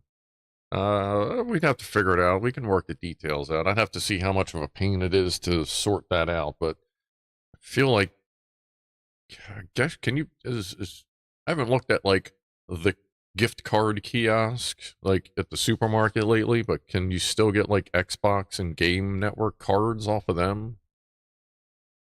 Or I guess you can buy codes off of Amazon too. But like, I'm not going to give away like an Amazon gift card. That's just kind of too, like, if I give away something on the channel, it wants to be like for the channel, not just here, have an Amazon gift code. Um, yeah, yeah, we can work. Like, even if I buy a physical card, I can always scratch it and take a picture and go, well, obviously not on stream, but send you the picture of the code or something. I feel that most people here wouldn't try to get ridiculous and rip us off. So I feel like that would be a safe way to do that. Well, yeah, we can sort something out. Some slug pellets away from where you are. You want like slug. What, like Zap Sparky? What, like put something down and makes the slugs go somewhere else? Like slug. It's probably like lychee salt.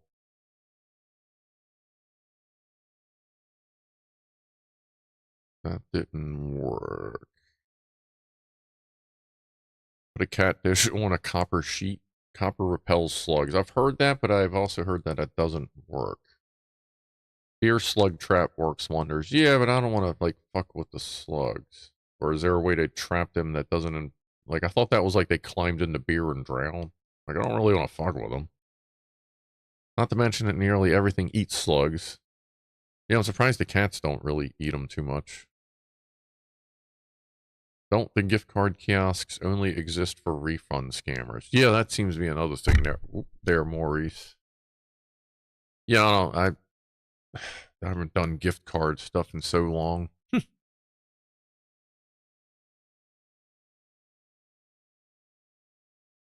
Does aluminum deter slugs? When it comes to slugs, tinfoil uses roughly the same logic as copper tape. The metal causes a reaction with their muscly bodies that they really don't like.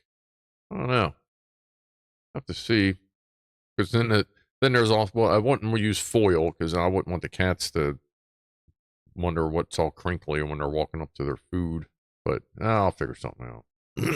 Slugs are poisonous to cats. Yeah, I've heard slugs aren't poisonous to cats. I have no idea. Slugs can crawl over razor blades. I've heard that, Piano Man. I have heard that.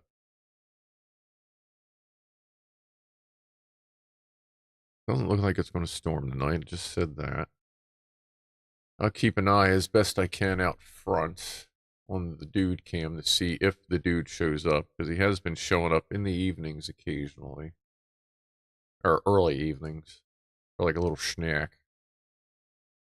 He tried to, he almost kind of sort of tried to come in again yesterday, but I was like, I got to know you first, buddy. Like, we got to be able to, we got to be on a scritchy basis before I would even consider bringing you into the house.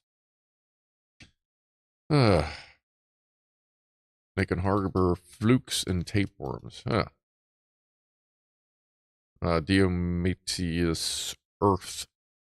I always forget how to say that. Dries slugs out, but is safe for pets. I do have some of that, but again, I'd like to not hurt the slugs. Yeah, we'll see. Get a chicken. Well, at least at that point, they'd just be getting eaten. I mean, yeah, that hurts the slugs, but it doesn't just kill them. They're just become part of biology at that point. A slug zapper. Boop. You don't choose the slug life chose you. Yeah. Like, there's a lot of them sometimes. Like, the one time I walked out there, I was like, oh, the food dish is full. And then I went, wait a minute. Something didn't, like, well, usually when you look at the food dish and, like, you can see the texture of the food. And, like, as I looked away, my head went, everything was smooth in there. So I went back with the flashlight on the phone, and it was just full of slugs. Like, the entire food dish. I was like, oh my God. Like, it's pretty rough. I think it's because that side of the house doesn't get as much sun because it's like the northish side. If you have tomato plants, you want slug of genocide. Yeah, I'm pretty sure they would eat everything. Drowning in beer is a myth. 99% get a free drink and don't fall in. Yeah.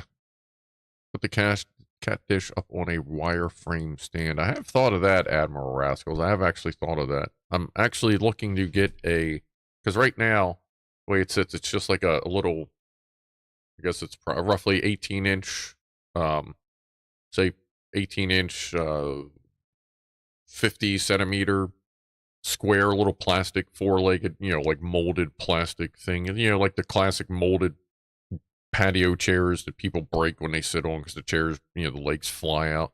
It's like one of those, but it's the table that matches it. That's sitting there. It has ceramic tiles sitting on it that were left from someone else. I have no idea why they were there. But now they're just kind of part of the table. It has a Folgers thing full of water and cigarette butts sitting on that because I only smoke outside. So that sits there.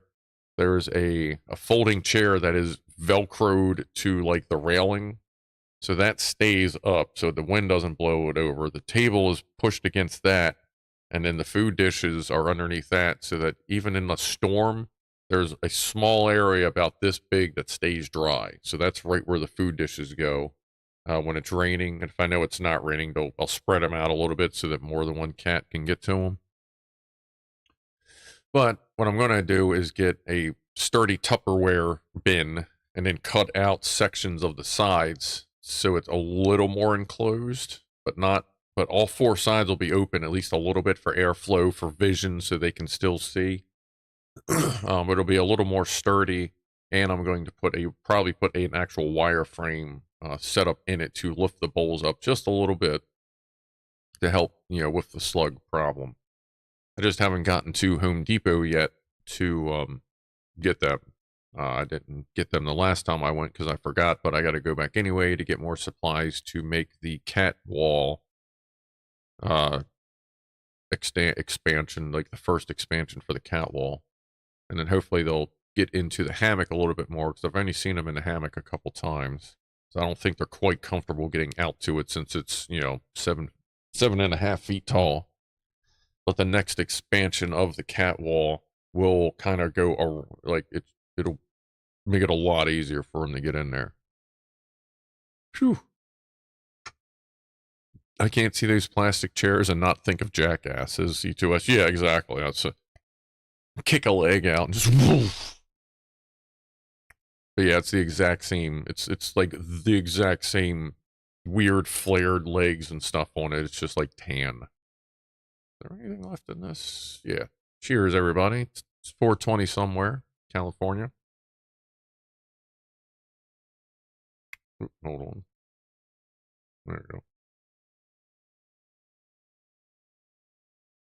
Come on, this one's clogged. There it is. Wrong heat range. There we go.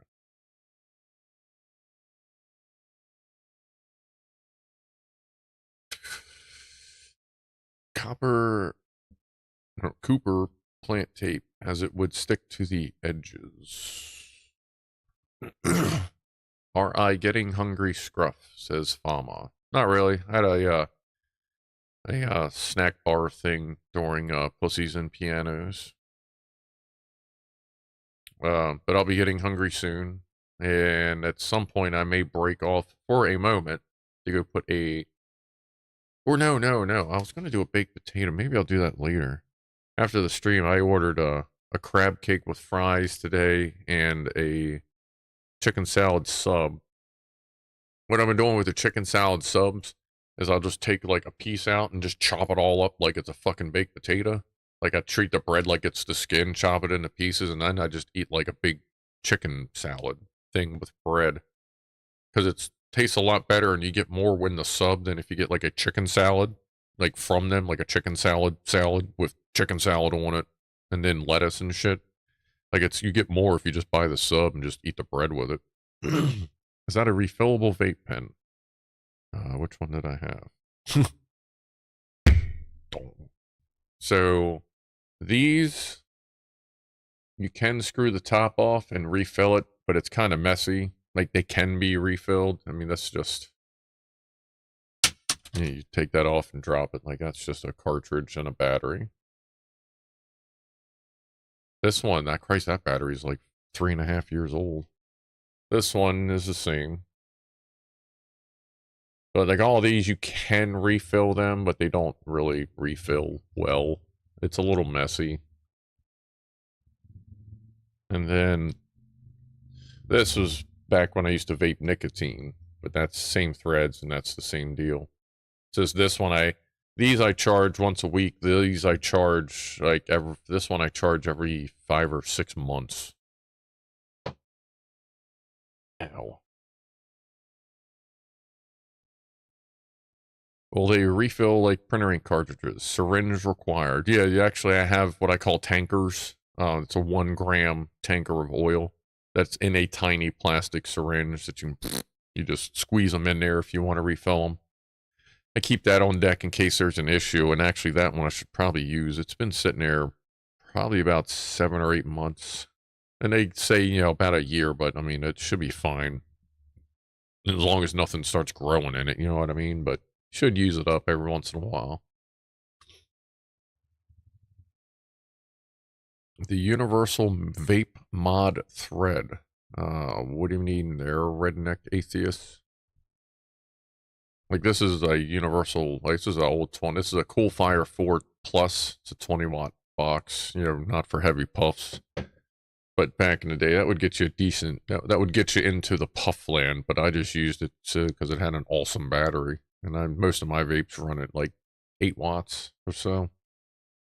A 510 thread. Haha. Oh, the universal. Oh, sorry. When you said thread, the first thing I'm thinking is like a community thread, not the thread pitch. Yeah, it's 510 threads. Yeah. Yeah, the universal vape thread, 510. Problem with 510 threads, it's not like everybody uses the same threads. The problem is everybody uses the tip in there, like in the center electrode, I guess you'd say. A lot of them use slightly different heights. Some of them stick up past the threads. Some of them are just under the threads. And then you kind of and some of them use different nipples and shit in there.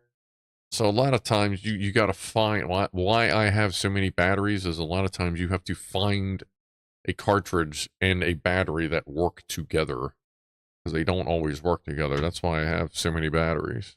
Well, that and I like having a lot of vapes available for me, especially if I'm having a bad day. If I don't want to smoke and cough, then I'll just do extra hits on the vape. What? My phone is going gray. Now, there's a bird on the front porch. See if it's still there.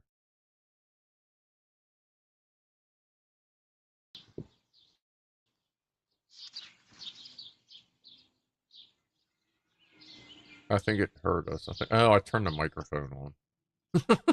It heard us. A bird. Alright. Turn it back off. I'm going to turn the speaker on, turn the microphone on.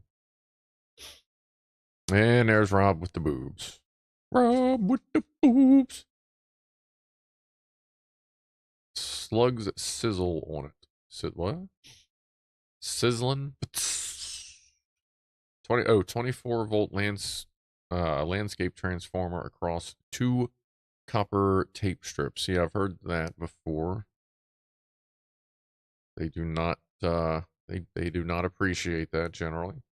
510 is a legacy thread. It's from the days that vapes looked like cigarettes. So it's tiny. 2 times the thread standard was enlarged, and both times it failed to catch on. Yeah, like I think just it works. Yeah, it's tiny threads, but it seems like it works, I guess, for those that need it. Because anything else that takes more power, you're usually just using a custom coil on a custom cartridge that you have to refill yourself. 2 strips of copper connected across 240. Yeah, that'll cook everything. including the slugs, the cats, the people, the Edbirds. Never heard of Stillsy vapes. Oh, yeah, just like Ed. Yeah, never heard of Stillsy. Yeah, I've never heard of Stillsy.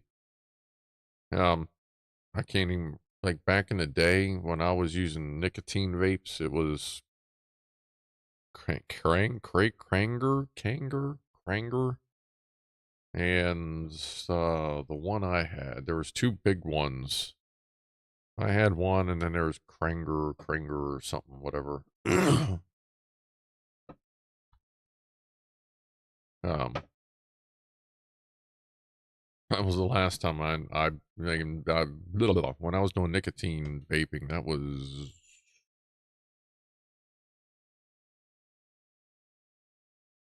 7 or 8 years ago, I guess.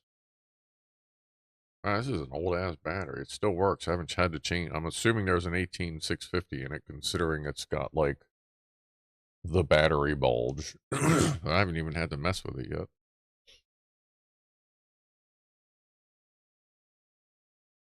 510, 810, KR808. Well, I seem to remember KR808. 901. For some reason, 510 became predominant. Probably because it's more pocket size. Like it looks like a pen. I mean, you carry. Like you can get a cap. Like I actually have a cap for this that looks like a pen cap, and then you can just carry it in your pocket, and it looks like a pen. Um, I would assume that's why, because then, I mean, at that point, if you have one cartridge you want to take with you, you can put it on your pen battery, and then you're going to want something with um smaller threads at home because maybe you don't want to carry that kind of thing. You know, you keep that battery charged or whatever for whatever reason. Um, this came with an adapter. I forget what it adapted up to though. I think it may have gone up to 901 threads. But I know this used to come with some sort of an adapter. Has anyone won Sam Online yet? You have not become a prize yet, Sam Online. Like, should we give you away, Sam? Sure we could work with that.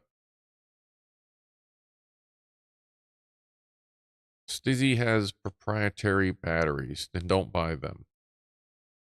If like at this point in life with vapes, I can tell you what, if it doesn't use a 21 700 or an 18 650, don't buy it because you're gonna get fucked in the end.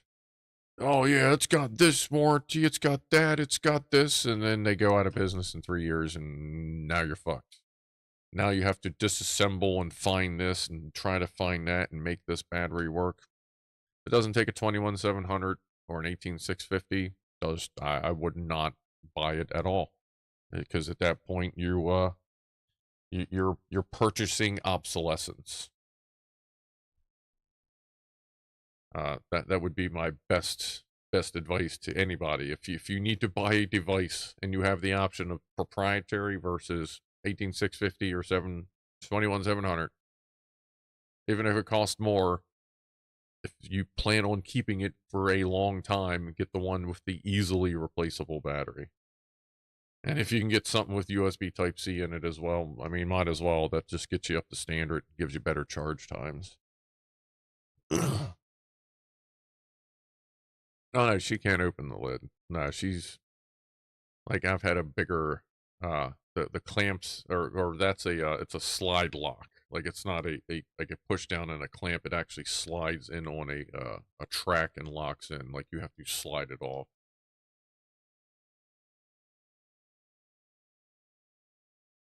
Like ultimately, I'm pretty sure the battery in this is soldered on either end. But like for me, that's fine because but back in the day, this was like just the easy go to, and I've learned since then I should have bought something with just a hot swappable battery. Um, I guess you would call it. Uh, but I mean, this like I said, this thing's like 7-ish years old, and I still only charge it. I don't know. Like I said, every few months sometimes, and I usually wait till it glows orange on the power button, and then I'll start to charge it. I'm supposing at any point now I'll lose capacity out of it, but that's whatever.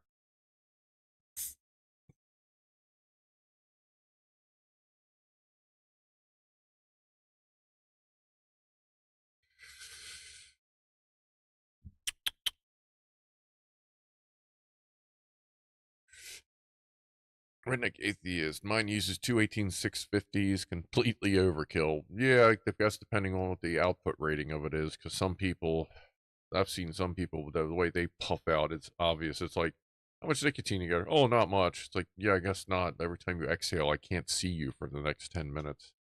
Those are the people that need 2, 3, 4 battery rigs, because they'll push 10, 15 amps through a coil just so they can get the puff, which is just like, I don't know, kind of ruined it for the rest of us, because that's why a lot of places, originally you could vape in a lot of restaurants because it didn't affect anything.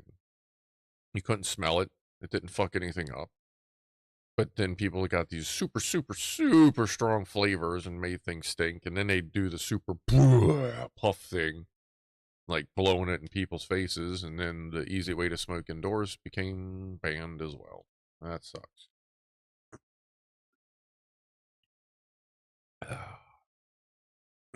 Whew. Yeah, I used to, one of my my old coil that sat on that battery was a you could either get replaceable cartridges for it, or you could get cartridges that you could take the coil, the ones where you could wrap your own coil. I did that a few times.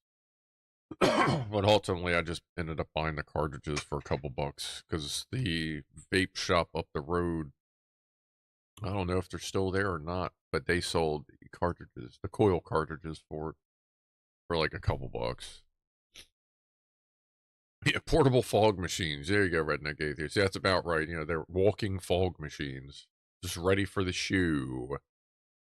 With a replacement 18650 or 21700, you can buy a quality brand like Sony or Sanyo. Hint, Sony is best.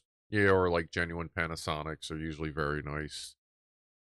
If you can find some of the heavier duty Samsung cells, like I have some 5,000 milliamp 21700s from a newer Samsung cell that have, last time when I tested them new, they were 5,200 milliamp hours. I've cycled them, the one of them, probably 10, 15 times in the flashlight at work, and it's still testing. Last time I tested it, it was at like 5,100, I think it was. So they seem to be doing just fine. But yeah, I figured out a couple of my flashlights. You take the triple battery pack, the three AAA battery out, and a lot of them you can squish either an 18650 with a spacer, or if it's long enough and just wide enough, depending on the spring, you can cram a 21700 in there and then just use it like that. And if it's a nice flashlight with current limiting, then you don't have to worry about it being too much, because a lot of the cheaper flashlights will use the fact that AAA isn't going to drop a whole lot of amps out at once, so they expect it to have a slight voltage drop and current limit built into the battery, basically. So a couple of my really, really cheap flashlights, I put a current limiting resistor in there so that the 4.2 volts didn't just fry everything all at once. Ask me how I know. So yeah, just kind of keep, if you do the lithium ion mod to your flashlight, if it's super cheap, you should put a current limiting resistor if there isn't one there, because a lot of them won't have one. They just rely on the battery current limiting. But if it has one, that's good. Just do the calculation for 4.2 volts and make sure it's proper wattage rating. That's all, because you won't get any voltage sag out of a lithium ion like you will AAA's.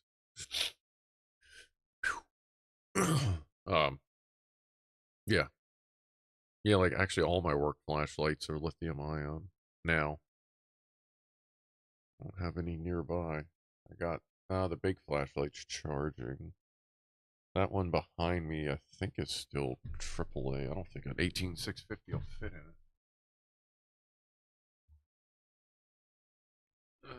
Do I have any 18650 up here? Yeah, like these here, these AAA. When you get the flashlights with them, like this, I think might be too short. But a lot of times the barrel length is just right to put 18650s in. Sometimes you can get 21700s in there. I think this is a little too short. Oh yeah, because that's way tight. But a lot of times you can adapt them directly over to lithium ion. That was something I got for training.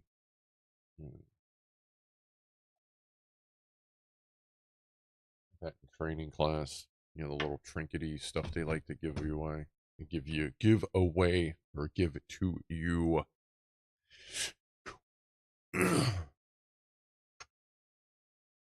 Gas Masher, just get the $4 E-Fest 18650. They light off like fireworks. Yeah, there's some of them out there, you know.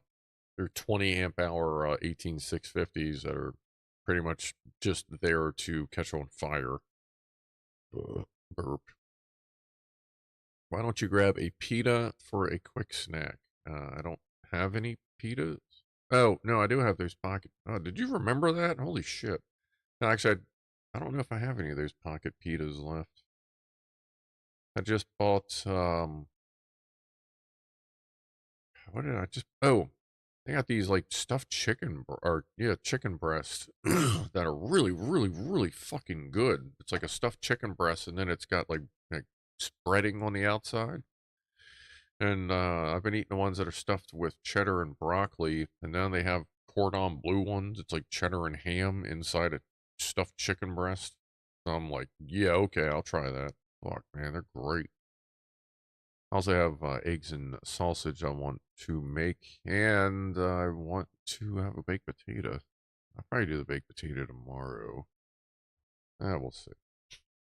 See, look, it's getting close. You know, it's getting close to 8 o'clock when we start talking about food. Rifle Man, there is an 18500 battery that works in some 3 AAAs. Yep, that's what I measured. That would probably take an 18500. The 3 AAA flashlights, 4.5 volt versus 4.2. Yeah. Like, yeah, remember the AAA start at 4.5, but as soon as you turn that thing on, a lot of them will drop to 4 or 4.2 volts. But when you drop in, like he's saying, 18500 or an 18650, you know, depending on what fits, you get solid voltage all the way through, and they usually last at least twice as long, sometimes more, depending on what size cell you can get in there. Lockwatcher says, did I mention pancakes? You did not, but you have now. I don't know if I'm going to make muffins this weekend or not, because I did remember I have brownie mix and chocolate chip cookie mix in there too. So maybe I'll do that. Hey, there's a mouse in the house. Mouse is oh,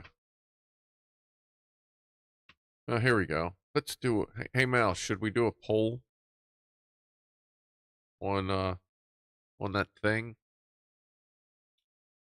Let me know. Make weed brownies. It says Lauren, you know, I've never made like weed food. When I needed to have it extracted for the X, I would just make canna butter. I would extract it in the canna butter and use it that way, but I've never really like put it in food. All right, we're going to do a quick little poll here. Would you like a regular chatting with mouse segment on the show? Mouse being that mouse? Yes or no? That should do it. Me and Mouse are exploring the possibility of that if his setup can handle such a thing. I think we know the answer to this one, but we'll go ahead and ask it anyway.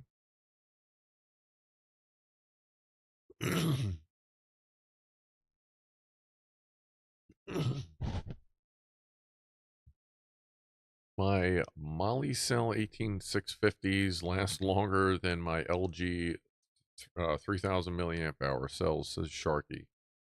It's kind of interesting. Sometimes those cheapy, weird, no-name ones, they just happen to find some gems, and you get like you get some good stuff sometimes. Like, you know, out of the random Amazon vendor names when they just roll the dice. And I forget, I read an article. There's a reason they do that. The way the U.S. something about U.S.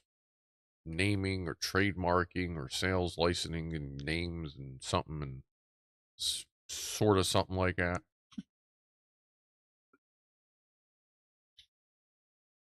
Did he make my little flashy thing? Yes, it would be that particular mouse.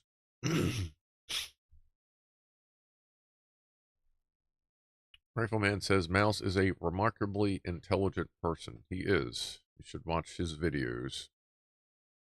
He's dropped a couple of them recently. One, he figured out how to modify a 48-volt charge controller so it would work with a 36-volt system on his e-bike. A good way to do it. I think he just put out another one that I haven't watched yet. I'm a little way behind on YouTube videos.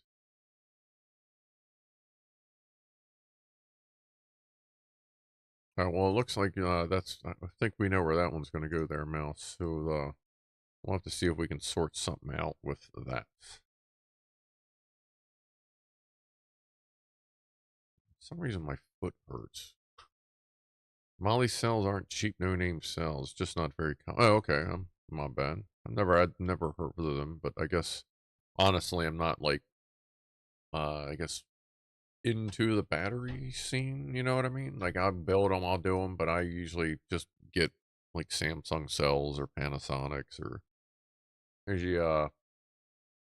what the hell is the battery website I go? It's like battery. Is it Battery Warehouse or something? Battery. I got a bookmark somewhere. Like I've gotten cells from there.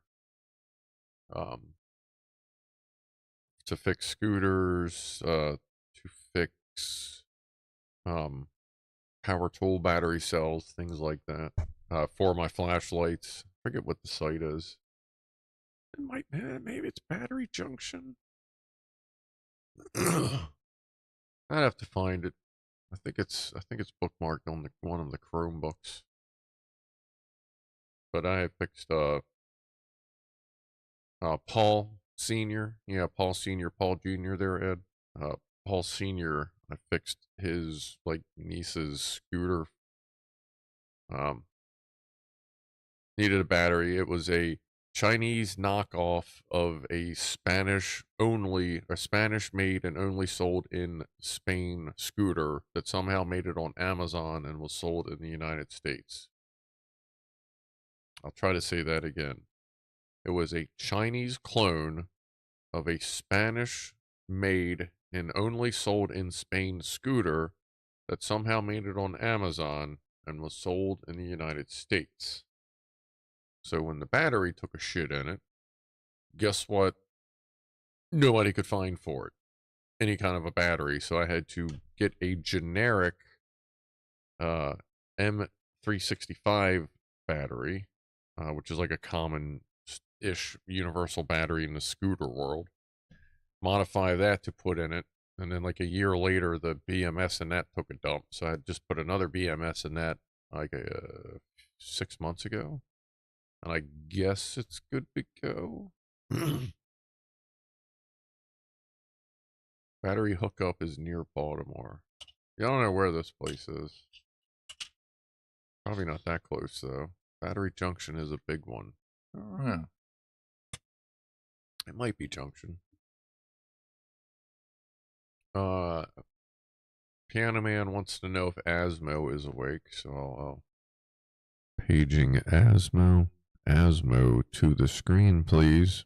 Paging Asmo. There we go. Just rub it down with an oily rag and be done with it, says Mouse. That's that kind of sounds like pretty good advice in a lot of different situations.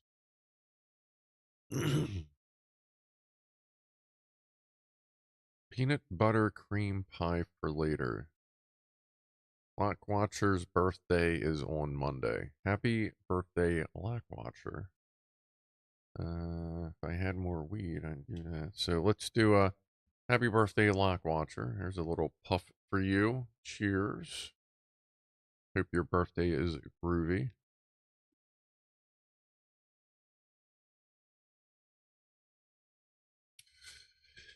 Rifleman says,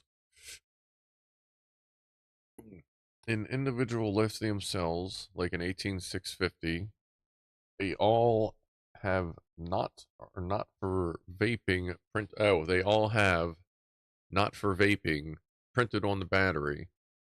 This is strictly cover your ass because dummies carry loose 1860 650s in their battery pockets. It causes a fire. Yeah, no, some of these they they the coils are such low resistance it just about dead shorts the 18650s and can cause damage to them unless they are made specifically for vaping.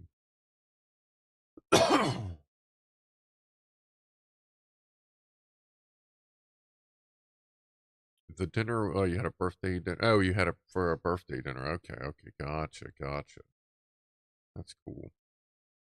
Yeah, I was hoping to like cook out on Monday or do like something Monday, but it looks like it's going to rain the entire day.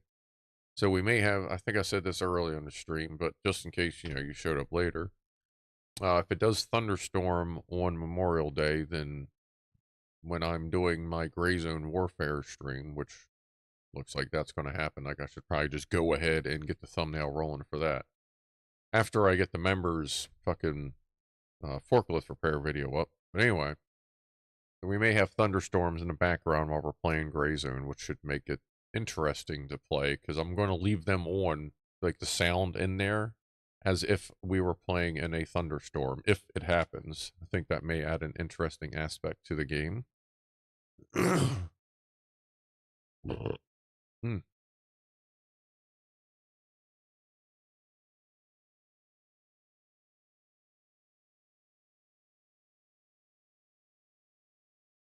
One of the previous tenants did the old grout on top of grout thing. Oh. It looks as well as you can imagine, says Zap Sparky. Yeah, that's always a bummer when you see some shit like that. Just like they used, what was it? They used they used enamel paint over lacquer based paint? Or is it the other way around in my bathroom when they sold the house? So almost immediately it just started peeling off the wall. Like the coating they put on just started peeling off the wall. So I have like peel spots around, which is just fucking annoying. Lauren Riley worked at Crown Forklifts for a few years. Oh, that's cool. I work with Heister stuff with Eastern Lift Truck on the East Coast. I'm currently stationed mostly at an Amazon, working on reach trucks, order pickers, tuggers, center riders, stand ups, clamp trucks, boom lift, forklift, and stick lift. Or I'm sorry, boom lift, scissor lift, stick lifts, hydrogen fuel cells. Then I go over to McCormick's to work on the man up turret VNA trucks. Those fucking annoying things. And then if they have problems elsewhere that no one else can figure out, they finally give up and send me over, and then I just go fix it. Renegade local weather daytime would be an awesome option that no game I've seen employs. Oh yeah, by the end of the year, Gray Zone Warfare will have a day-night cycle. What is currently planned. And keep in mind, if you're messing with the game or looking at it, all right. So everyone wants to chat with mouse. Okay. Keep in mind, it is pre-alpha. It is not even in alpha, not even close to beta yet. It is in very, very, very early access. And if you want to know my opinions on early access things, I just did a video on that, like this week, last week, called Early Access Idiots. But anyway, it is pre-alpha, but it is still a good game. But yeah, they are looking to have day-night cycle, night vision goggles, flashlights, lasers, all kinds of shit preferably by the end of the year. So,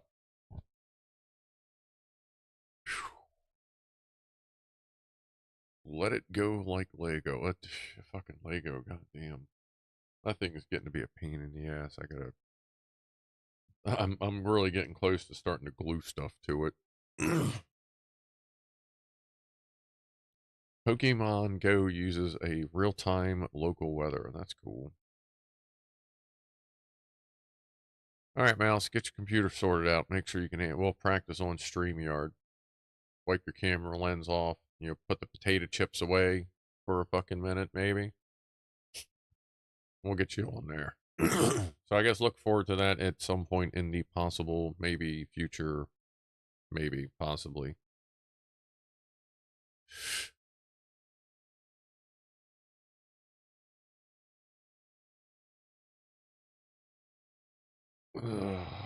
Have you heard of Ask Jeeves? Yeah. Now we have an Ask Mouse. Yeah, we'll call it Ask Mouse. Are you ready to answer questions, Mouse? I can see a lot of diesel and motorcycle, cable related, and banana questions coming your way.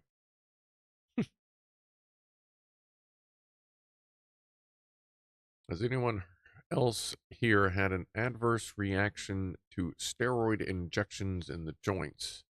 I now have 3 days. Brutal. Ask Electron Box. No, that sounds fucking shitty. Oh, let me check something. Oh, yeah. Speaking of Electron Box, this was earlier doing Pussies and Pianos. Were you good to show this Electron Box? I know you generally say yes, but I will always ask first. Phew. Kind of shocking because Gray Zone really doesn't look like pre-alpha aside from the stability issue, says Redneck. Yeah, it's compared to other pre-alpha games I've seen, it's pretty fucking good. There's Electron Box's kitty watching our kitties. That's an awesome cat. Looks very proud, very happy, a very confident kitty. Hold on.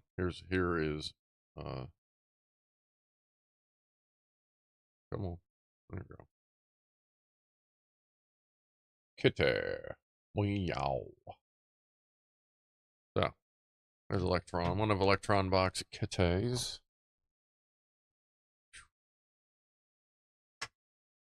Yeah, I'm really actually quite enjoying Gray Zone so far. So me and Ed have been playing it. Me, Ed, and Asmo just started playing it.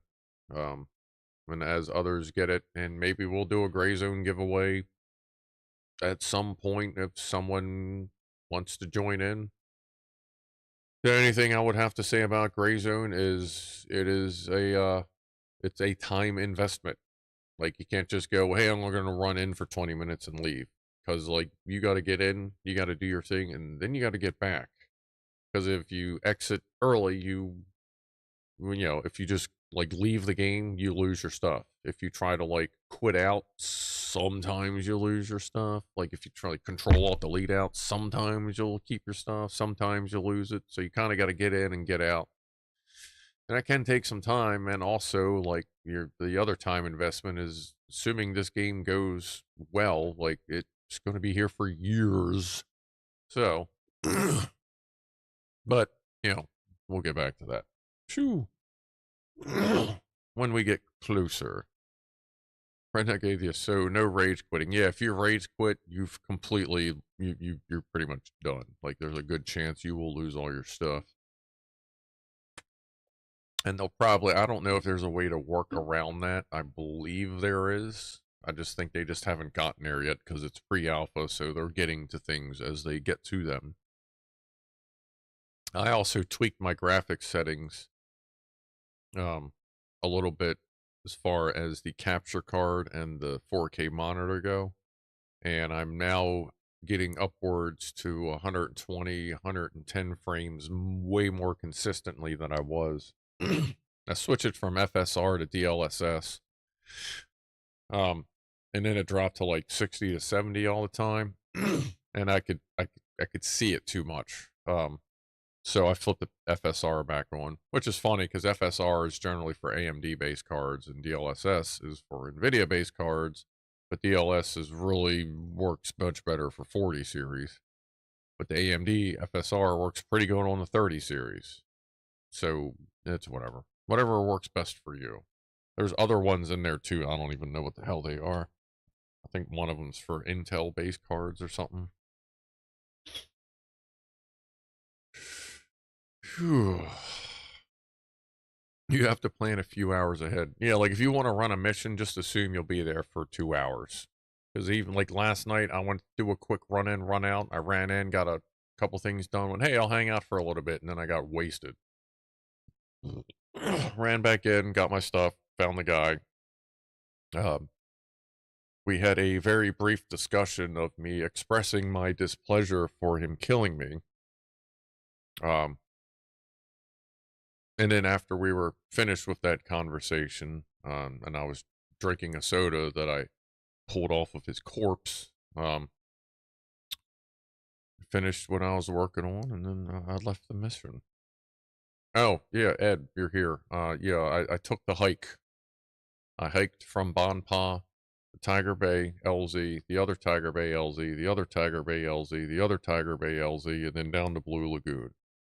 And I killed a bunch of people on the outskirts of Tiger Bay, and I have the CQ, what is it, CQA1? I pulled it out of his dead body as proof that I went into that bullshit. And I almost got in all the way into Blue Lagoon to get that mission done, but somebody ran in like, boom, boom, boom, boom, guns blazing, and just got wasted, and they woke everybody up at once. So I went, yeah, I'm good, and I headed back out.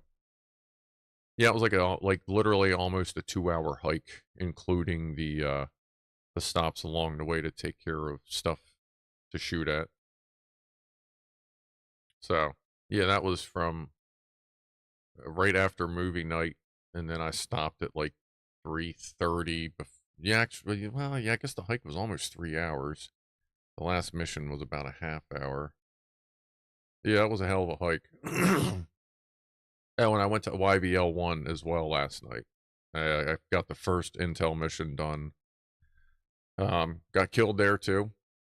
Yep, missed a bad guy. He came up behind me and expressed his displeasure of me expressing my displeasure for, I'm guessing that was his cousin, soda drink corpse. So then I had to go back and, rinse, repeat cycle. Everybody's mad at everybody. But yeah, oh yeah, YVL was weird.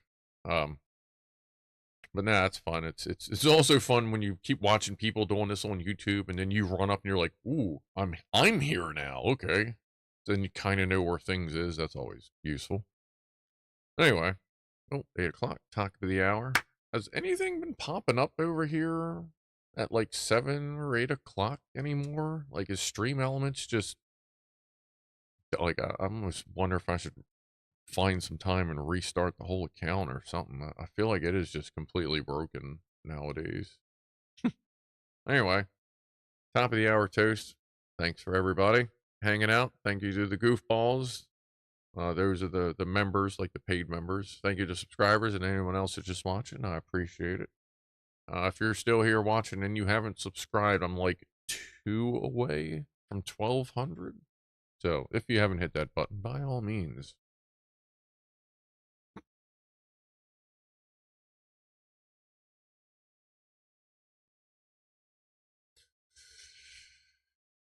Yeah, I don't recall seeing anything Stream Elements except for broken notifications later.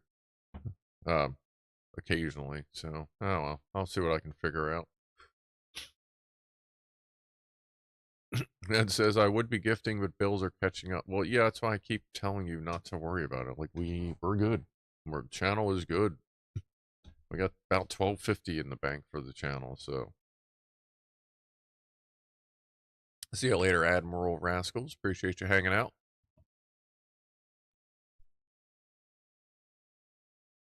Ugh. 2 feet injected, same medication, only 1 foot had a reaction. Not an infection, that's weird. 404, thank you. 404 with 5 memberships to the gaggle of goofballs. Got Marty, Jonas, Joseph, Jimmy the Saint, and the Pie Man. Feel like those are all welcome backs. Appreciate that, 404. 404 is also the creator of the Vertothermowoofle. When he said, why don't you point the camera up? And that's where that whole thing started. So why don't we also do a toast to 404, the creator of the Vertithermal Woofle, and for gifting 5 memberships. Thank you.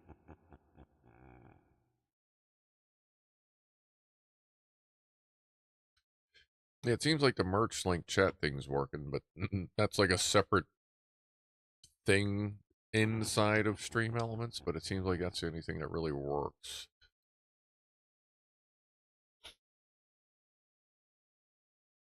D Wood, wish I was home. I would join in the gray zone action. Unfortunately, got sent to a shitty rehab after having my leg whacked off above the knee. Since the vein bypass in December failed to work. Yeah, I was wondering how that was going. That seems like that just keeps on going. That sucks. Like, are things improving, D Wood, at all, or is it? I mean, I know it's an uphill battle, as it were. Pardon the expression. But would you say things are getting better? Oh, sorry, you thought the stream was over. Oh no, we're not done yet. I'm still running on. Not quite yet, but I'm sure we'll get there eventually. Anybody? Still no cats out front.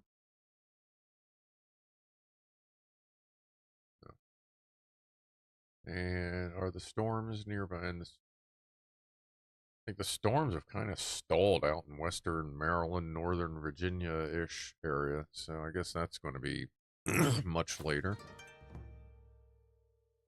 Any word on Zach? Zach and the J? No, I've not heard anything yet.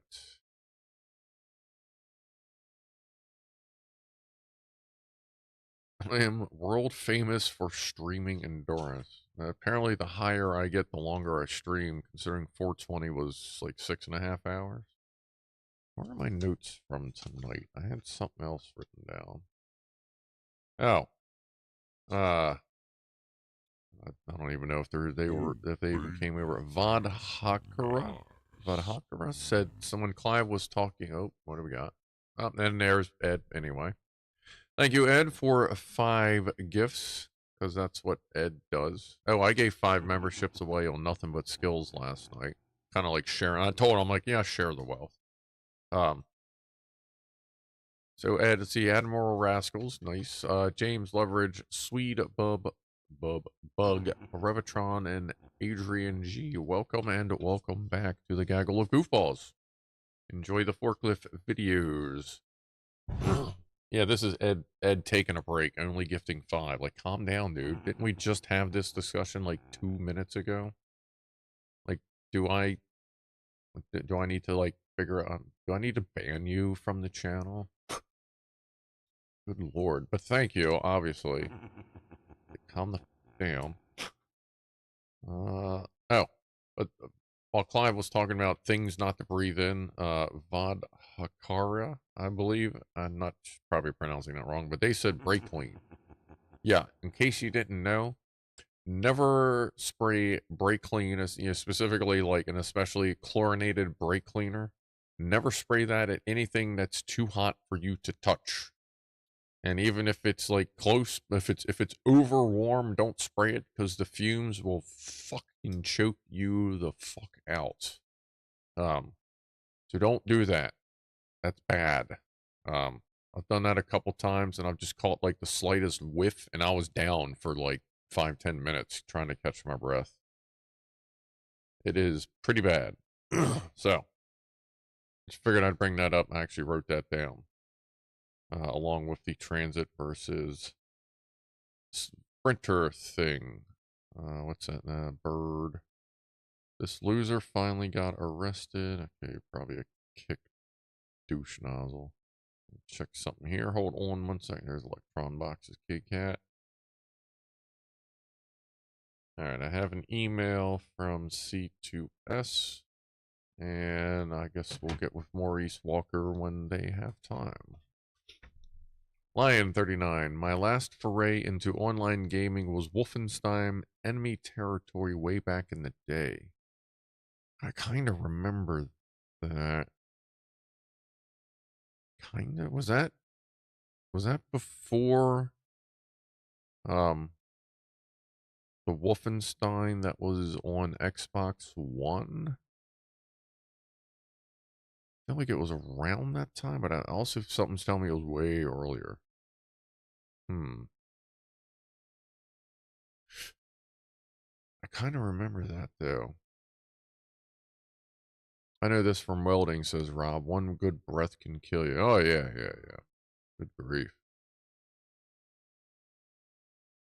What do you mean chlorine will disinfect your lungs? You're not quite, Fama. That's I don't know, maybe Trump should try that. I'm sure he'd believe it. The earth is flat. If the earth was flat, as many have said before, the cats would have knocked everything off.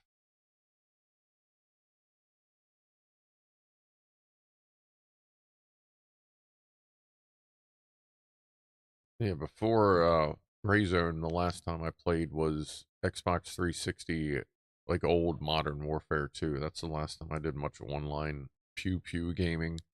Besides, not that it really counts, I guess, but like Paladins, and every once in a while I'd play CSGO, but not much. Not much. But also keep in mind, whether cats are knocking stuff off the edge of the planet or not, they are ultimately our alien overlords. They are merely observing us. Um, so keep that in mind. Like when it goes down, you're gonna be like, "Wow, what the fuck? Scruffle's right? Holy shit!" I mean, I think I'll be all right. Like I got 4 of them, that really dig me, and there's a couple of them outside are comfortable enough to come up on the porch when I'm standing on the porch and eat.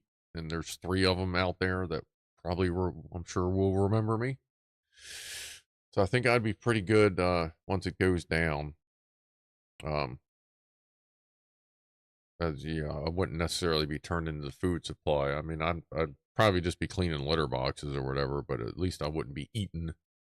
Because I do feel like they're farming us for uh, a combination of intelligence, and eventually, if they run out of food, they're just going to farm us for food. So, just something to keep in mind. When it goes down, just remember, I told you. Told you. They act like they don't understand what I'm saying, but they know. They know. They hear me. Like I know what's up.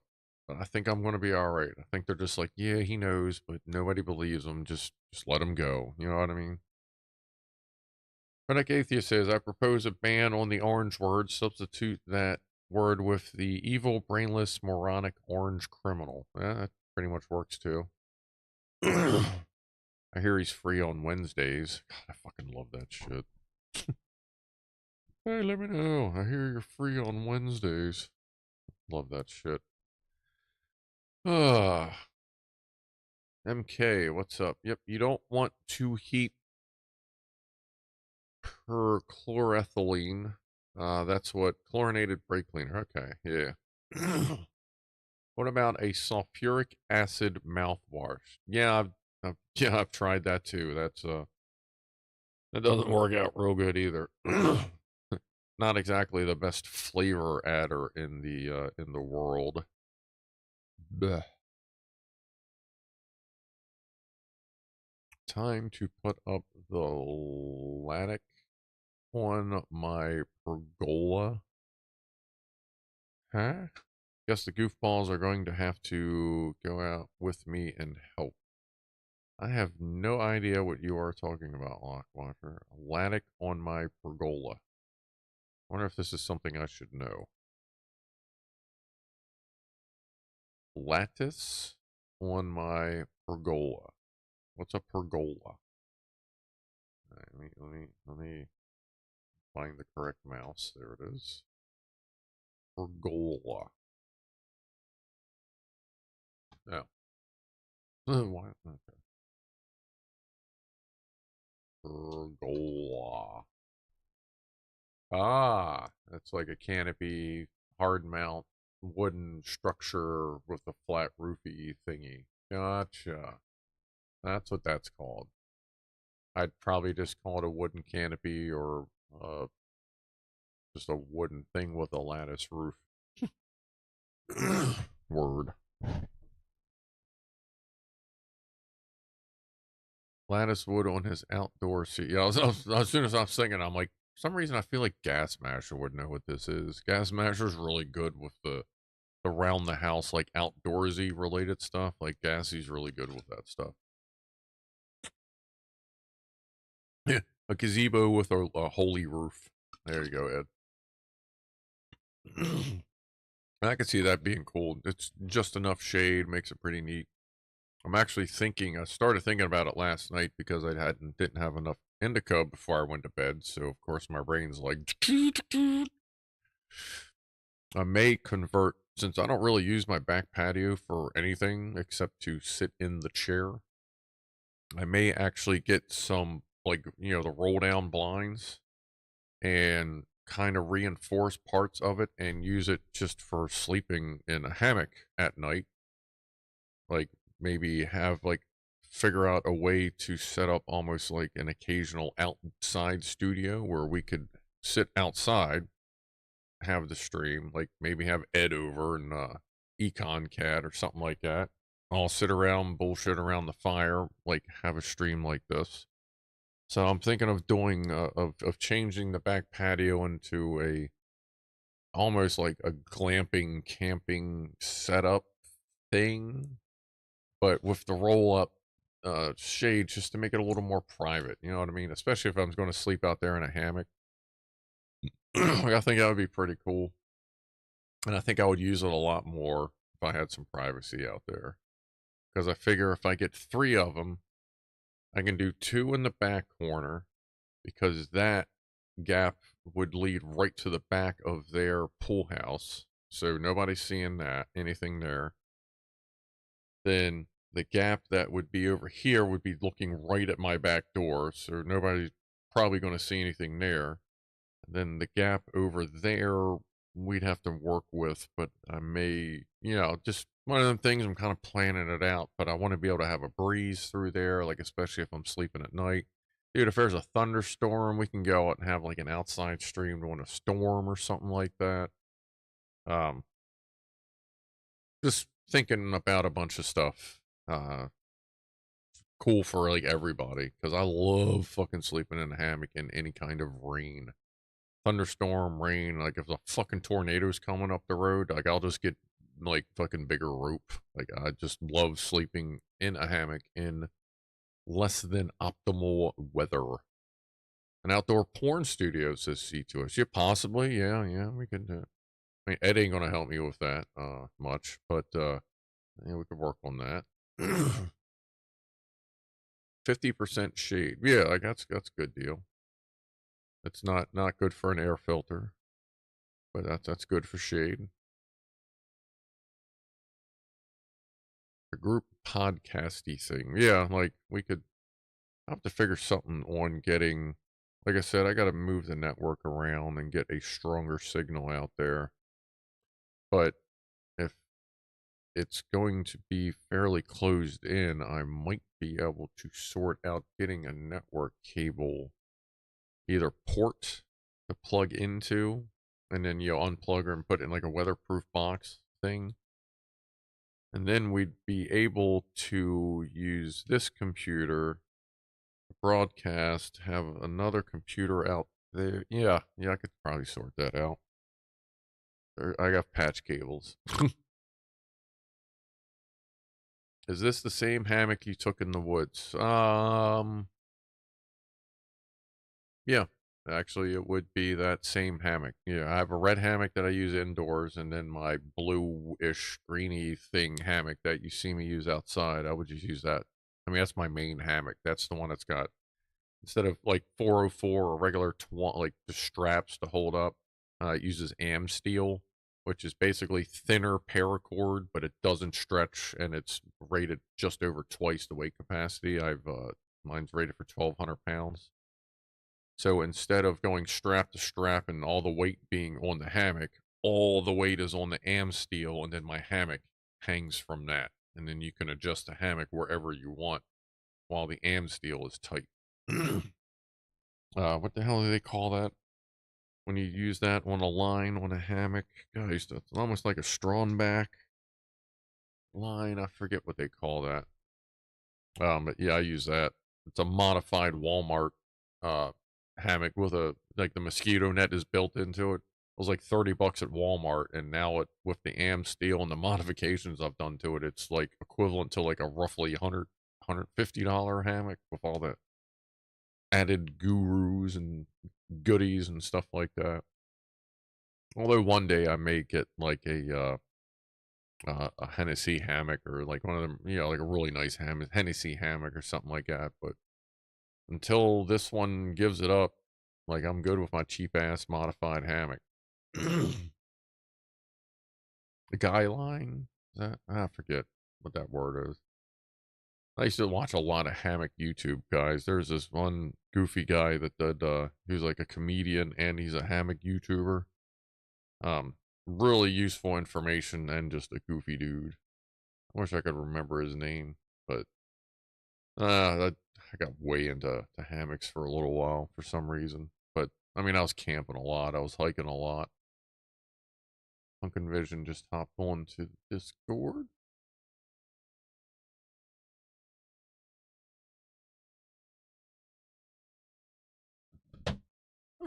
Or at some point. This water's almost done. Big fat pregnant cat walks up at 4:30 a.m. Meow, food please, says Frogs. Yeah, that's what cats. Oh, and cats, alley cats, tons of alley cats. You might end up with a few extra guests. Yeah, with most cats, it would probably be one of those. I think the cats would appreciate a yurt. A yurt. Why do I know what a yurt is, but I can't remember it? Yurt. Oh yeah. Oh yeah. Yurt. Yeah. Yeah, they do that on the Maru channel, that cat channel. They have a yurt-ish thing.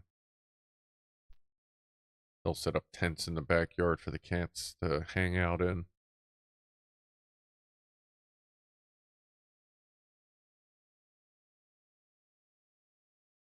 A spreader. I thought there was some other word for that, but it's whatever.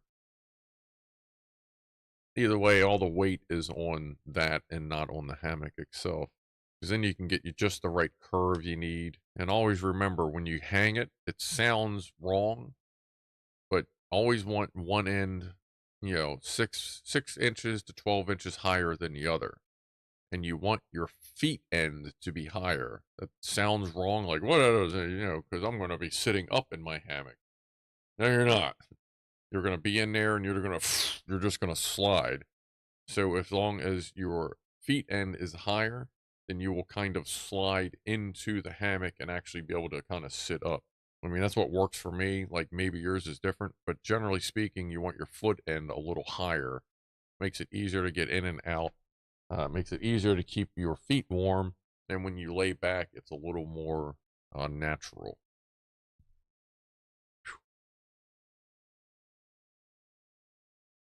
And I'm still thirsty. And I am actually starting to get pretty hungry. And it is 4:20 somewhere. I think the phone is beat. Yeah, the phone is beat. I don't have any fresh ground. I actually used my last to pack that. So we'll grab, I forget what, I think this is a gelato. Cheers, everybody. 4:20 somewhere.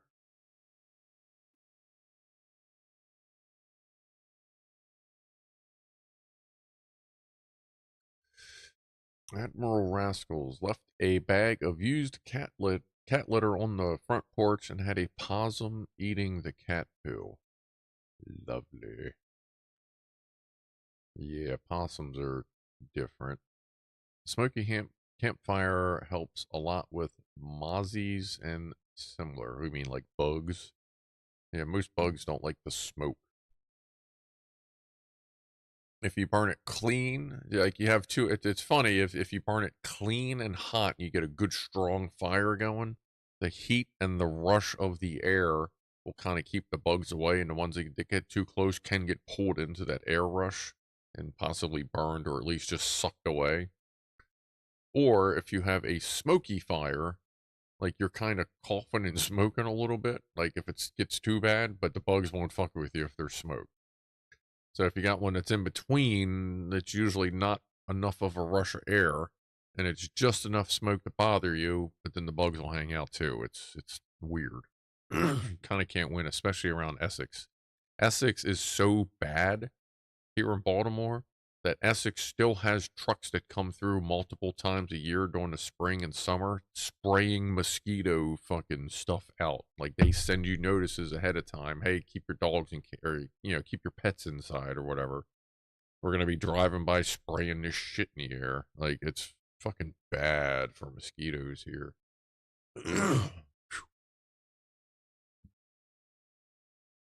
Yeah, I would say that is pretty gross there, Admiral. Whew.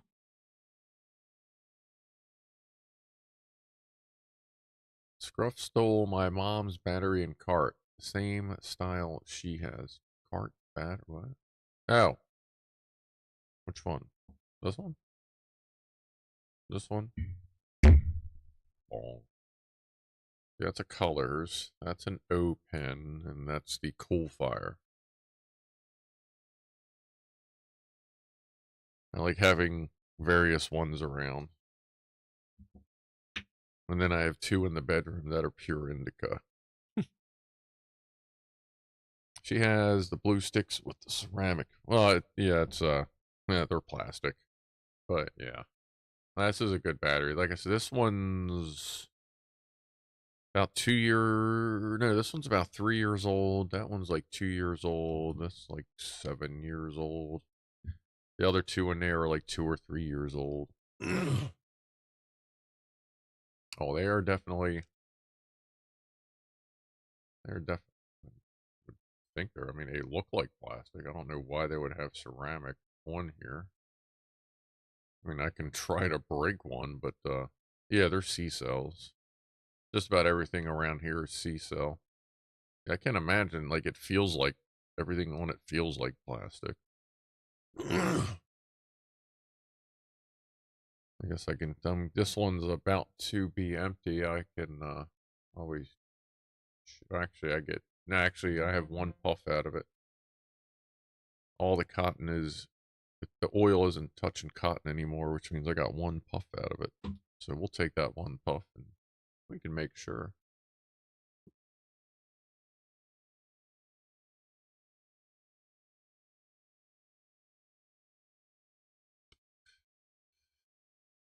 The ceramic is inside. Yeah, I know inside they have ceramic, but the tips itself. Oh yeah, this is definitely plastic. Like,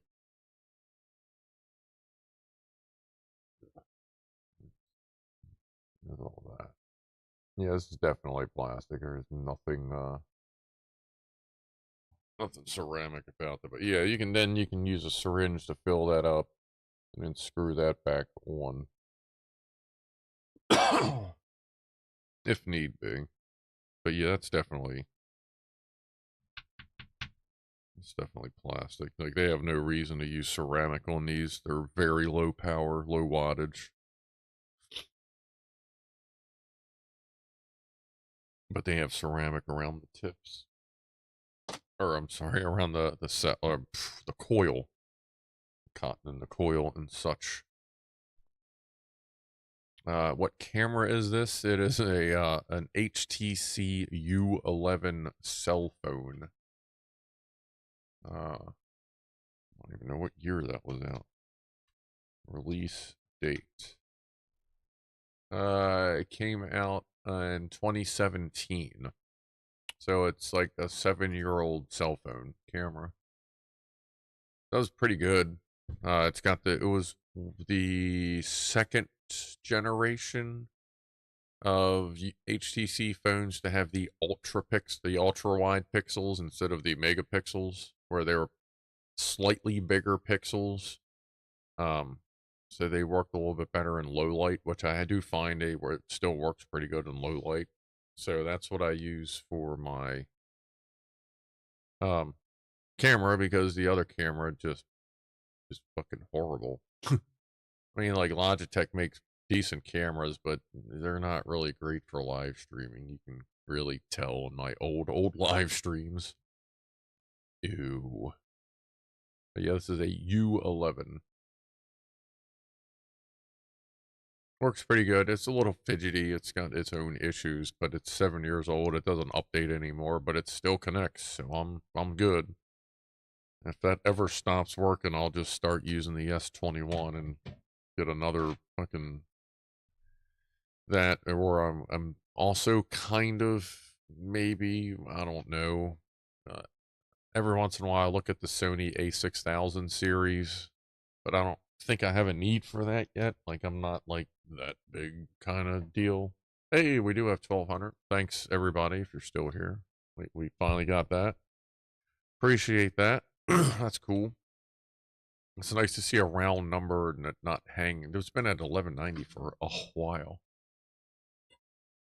Yeah, I have the 6.1 one UI. That was, I feel like that was last week or something. That came in. But anyway, as far as the camera goes, I don't know. If as long as this thing lasts, I don't see there being a problem. And if the battery goes bad on it, I may just fucking piggyback an 18650 externally on it and just keep going with it. Something like that. I don't know. And I do have another one which has the battery in it is so shot it can't actually run video unless it's plugged in. Its sister phone, which is a Chinese clone. But we'll see. We'll see. I have some street lithium, but I also have some really nice 18650s. But I have some Samsung and Panasonic cells that I've gotten out of battery packs that were brand new, but I had bad BMSs in them. So like, here, you have it. Okay. Like brand new stuff that just the BMSs were bad in them. I guess somebody did something derpy. Kind of addicted to 21700 flashlights now, says Frogs. That's fine. You should be. Ow. I like the term street lithium. Like, it makes sense. I actually got to call Chris. Someone gave me a giant brown bag that's probably a like grocery bag, brown bag in it. It is probably a quarter, maybe a third of the way full of fucking nicotine, rechargeable nicotine, but not refillable. Rechargeable but not refillable nicotine vapes. I keep forgetting to call them. It's still sitting in my work van, and it's funny. On like when it's been warm out, you open it up and you smell the smell of 8 million different vapes, and they actually combine really well to an almost air freshener smell. When my nose first hit it that first day, I went, "Oh no, this is going to be bad." Like when you can tell something's coming, I was like, "Oh no, no, no, what?" Oh, this is actually nice. It's a very subtle, not super ridiculous tobacco or fruit or whatever. He's got every flavor in there. But it was actually pretty nice fragrance for being something that's probably bad for you to smell.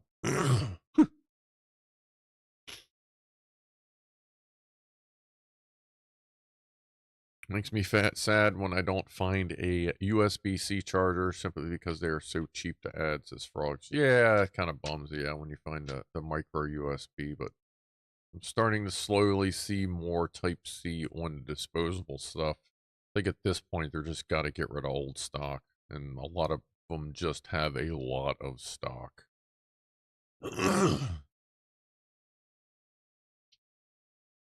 And you figure the warehouses, for the actual suppliers of the vape manufacturers, they're very stocked up. So they're going to offer hella good deals just to clear out all their old USB shit. So it's going to keep getting used until it's done. Air freshenol. New word for the day, says Penelope. Mal, air freshenol.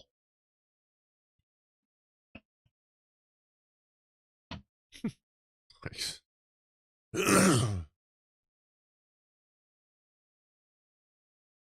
Oh wow, way late into the game. Starliner. Holy shit, that is like the most expensive meme in the fucking world. So I've kind of touched on this the past couple times we've talked. I just keep forgetting to like really talk about it. Um, so SpaceX delivers astronauts and cargo to the moon on a fairly regular basis. Astronauts every 6 months, cargo every 3 to 6 months. But they go back and forth. Cargo goes back and forth with other companies. And they also launch private astronauts or private citizens and astronauts. You know, they do their own thing as well with the same capsules. They've been doing this for a few years successfully. Everything's been great. Don't have to depend on Russia. Good timing. Well, Boeing's been trying to do the same thing for 12 years, and they have yet to have a completely successful flight. And they were getting ready to launch 2 people into space, and they discovered that the Centaur rocket that it was sitting on had a hydrogen leak in its valve. They're like, oh, we may just kind of deal with that. But instead, they did, I do believe, repair that.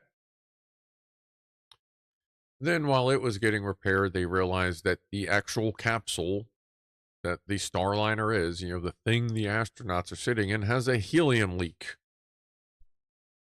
And now they're actually sitting there going, well, you know, it's been so long, maybe we should just fire it off anyway. It shouldn't be a big deal.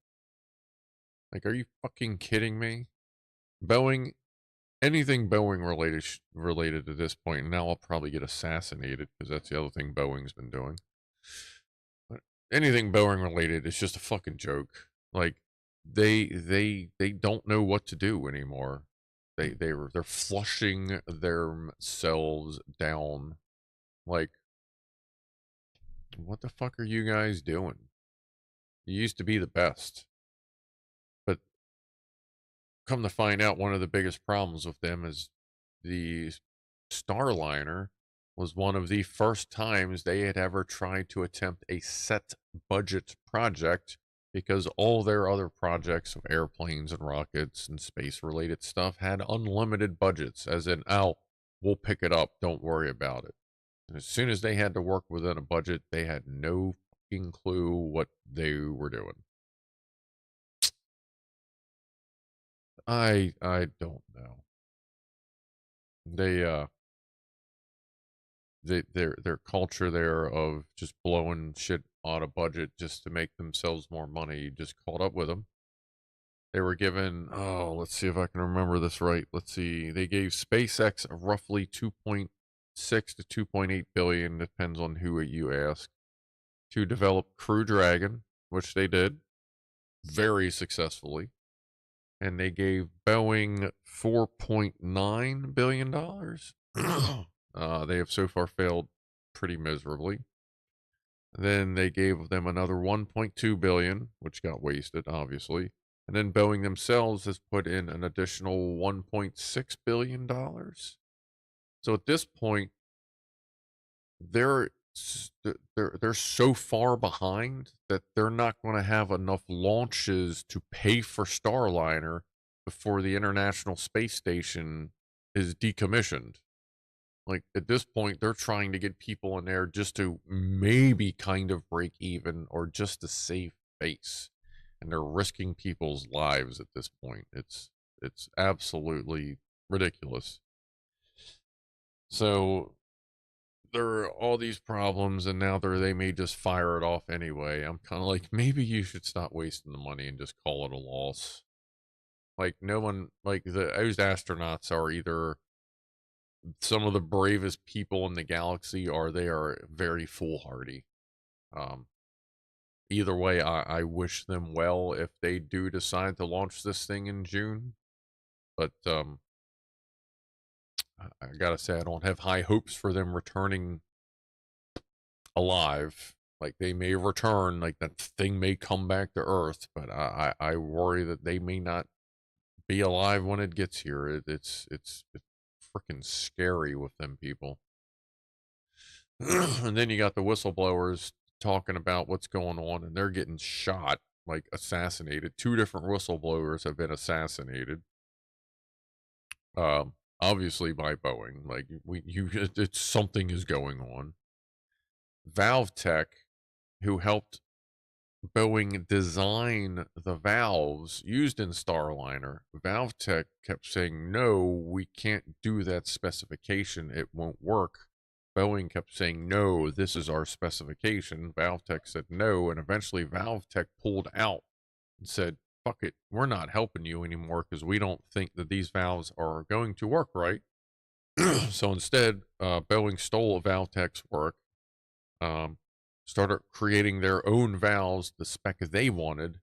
And a few weeks ago, the Valve Tech CEO, like the lady that runs this company, which has been making aerospace valves and systems and everything for decades, came out and said, Starliner is going to kill people. You should not ever launch this with people in it. They will die.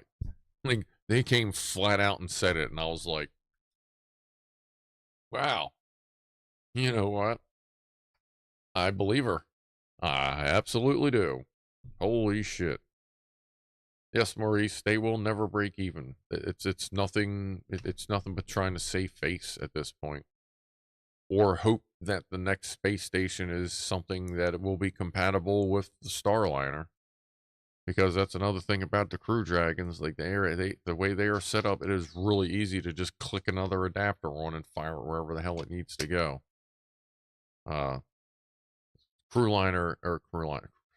Crew Dragon was set up very modular. Starliner is not. That's the problem.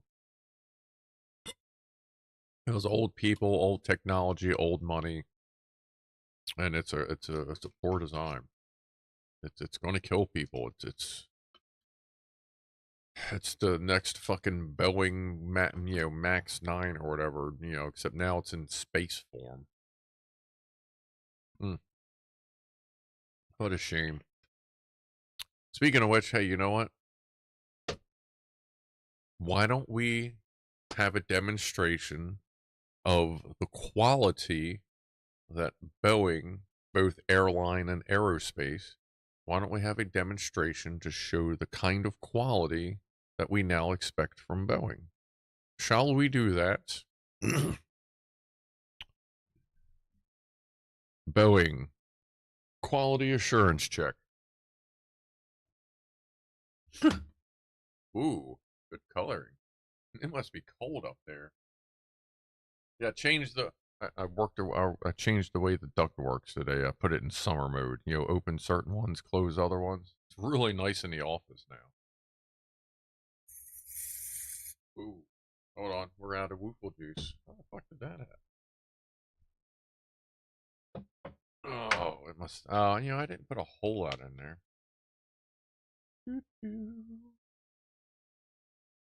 That should be good. All right. So. And Starliner, go! Whee!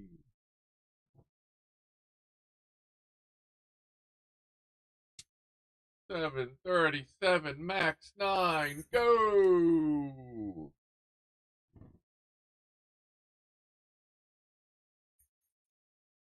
We don't need no stinking door bolts. Go!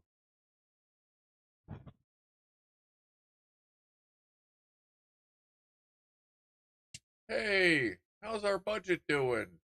Go! All right. Oh, woofle for Boeing. What a fucking disaster. I hope those people survive. I really do. Like, I hope whatever suits they are wearing can withstand whatever fails on that ship, and they can still get home alive. God. Phew.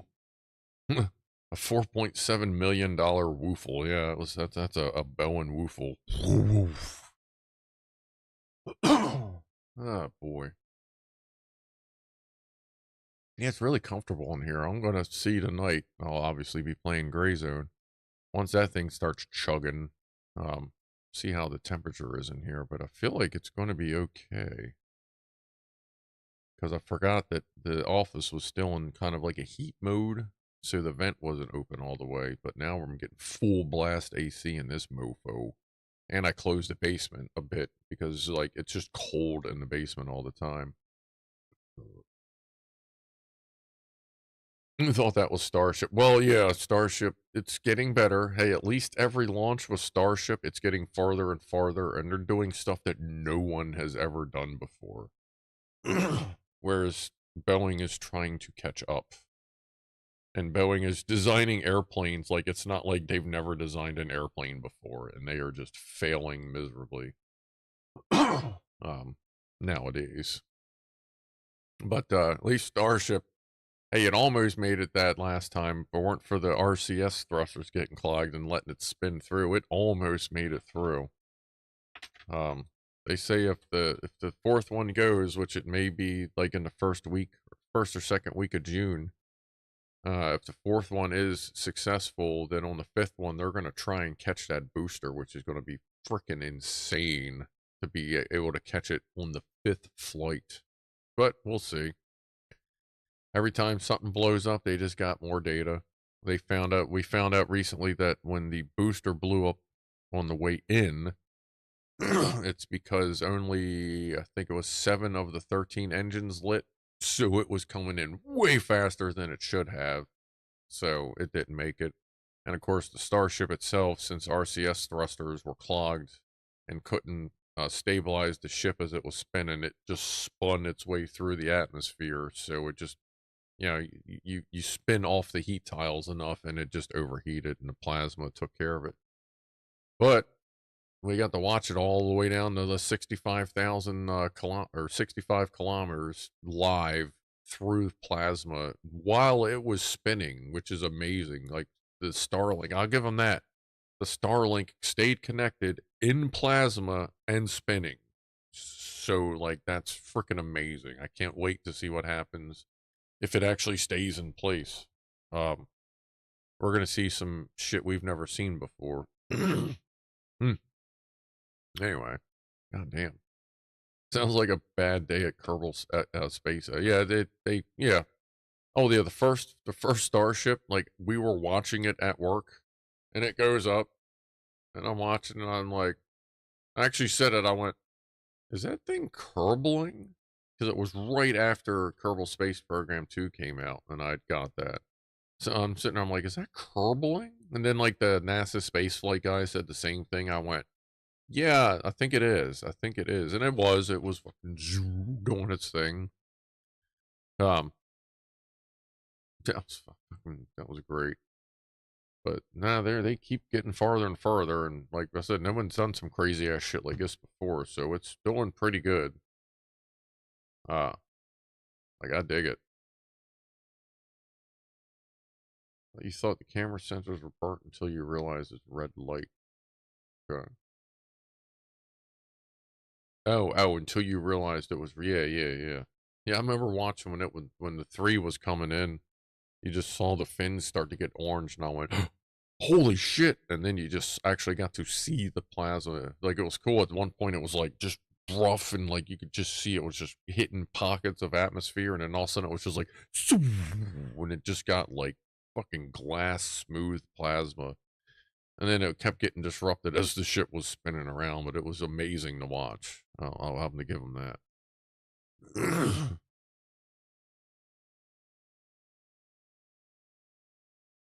The cutoff of the angle of the blanket is just too perfect. It looks like the camera sensor broke. It may have, but they did lose it right about 65 kilometers.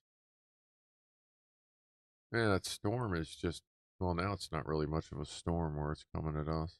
That's a shame. I was hoping for a storm before the end of the stream. Now that we can share in it. Oh, well. All right.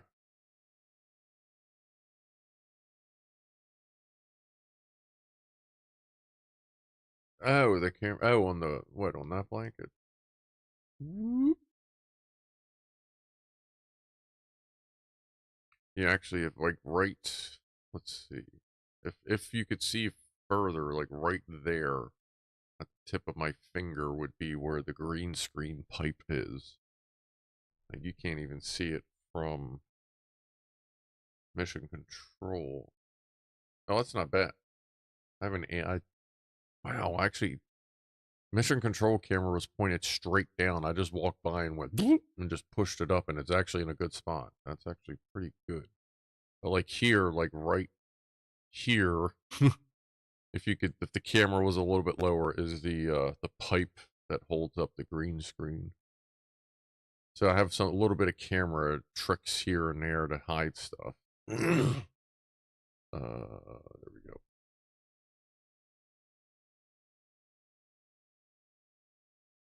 The red light casting from the jack. Oh yeah, that's I have an uh a fucking is that Phil? No, Sylvania light up there. Alexa, light screen. Okay. There you go. How's that? Never understood how Boyd's wheels got popular. Boyd's wheels. As long as you weren't putting what? Boyd's wheels. Is this like a Studebaker thing? Boyd's wheels. Ah, those things. Ah, they're alright. They're alright. Different ones up there. Bungee Scump. I got a weather radar app on your phone, or got a weather radar app on your phone or one of the websites. I see a bit of red on the way to Baltimore. Oh yeah, I have weather apps. I have WeatherBug Elite because I bought WeatherBug Elite.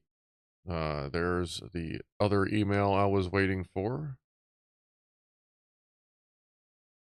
Good. So I have both emails from tonight's winners. Thank you very much. What is the other one? Was it My Radar? I subscribe to My Radar because with that you can get this map. You can get the velocity map, so you can see where like this line. Ugh, oop, and it updated. So you got to figure out where the weather station is, and then from there you can figure out which one of these lines, is something going on like right up in there. You can see where the lightning is, where there's different patches of color inside.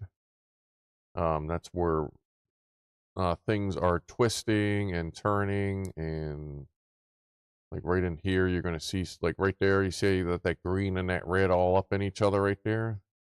Like that could be tornadoes right there. That's I pay that just so I can get that velocity map on my phone. That's My Radar. And there's other ones that work as well that have that as well, but I pay like $6 a year for that, and I get that map as well as a bunch of other ones that most free weather things do not have. But yeah, I really like weather shit. I follow it a lot. Frogs is out. Have a good night yourself. And we are going to be heading out here ourselves in a few minutes as well. Amazon device did not understand how to set it to that setting. Did you say that word? Yes, I did say that. What did we say? We were talking about that. I forget which stream it was. Was it last Saturday or was it like Wednesday? Maybe on the Lego stream. Talking about me saying Amazon device do this, and I actually got a couple people with let's see, what's a good one here? Alexa, announce I like turtles.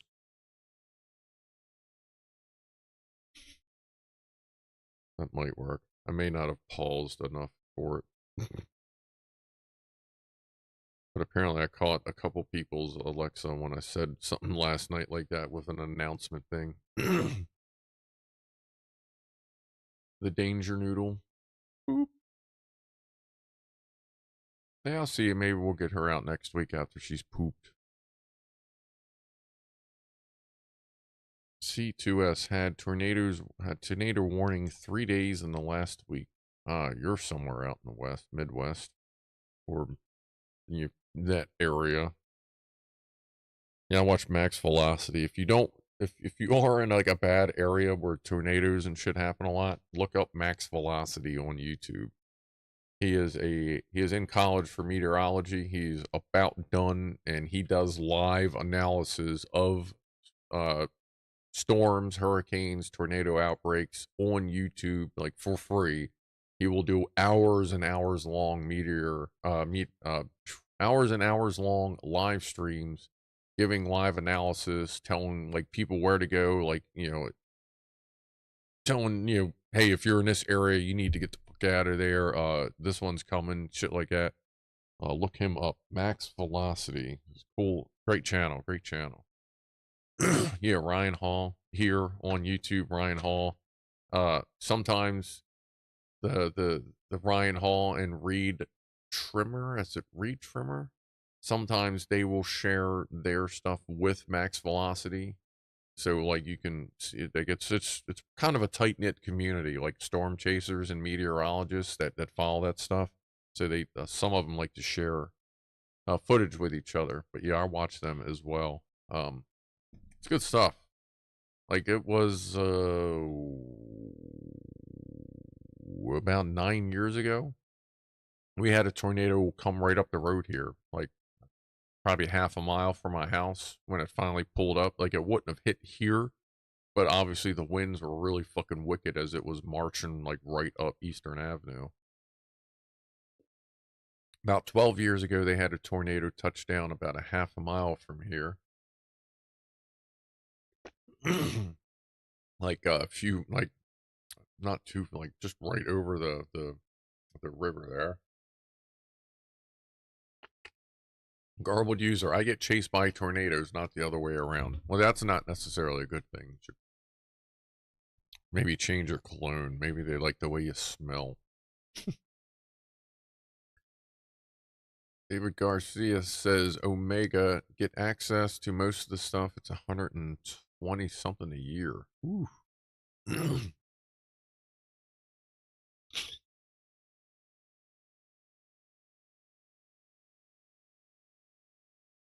Man, just watch that weather. It seems like it's getting more and more wicked every year now. Of course. Those bullet tip styles you'd see on the Mustangs were high magnesium content. Bullet tip style. Oh, on the wheel. Okay. Super lightweight. Yeah, didn't they fucking kind of shatter though if you hit them the wrong way?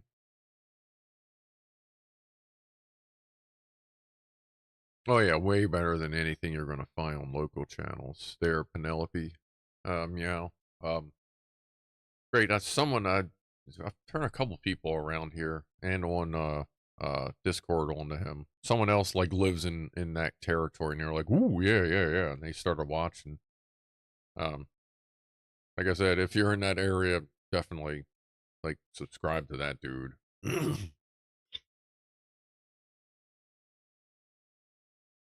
I was watching, I think it was Reed Trimmer a few weeks ago, and he got right up to a tornado not too long ago, if I'm remembering right.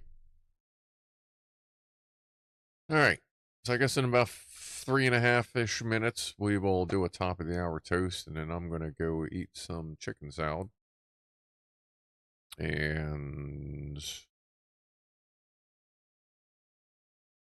probably a little handful of dark chocolate chips. Garwood user, I had a tornado suck a fog light out of my car in the early 2000s. That's weird, but yeah, tornadoes are weird.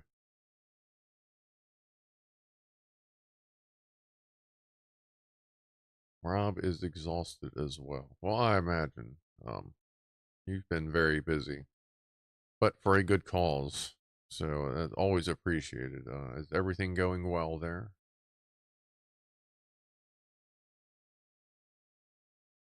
Mr. Piano Man? Thank you for posting the Discord link. Yeah, so Saturday,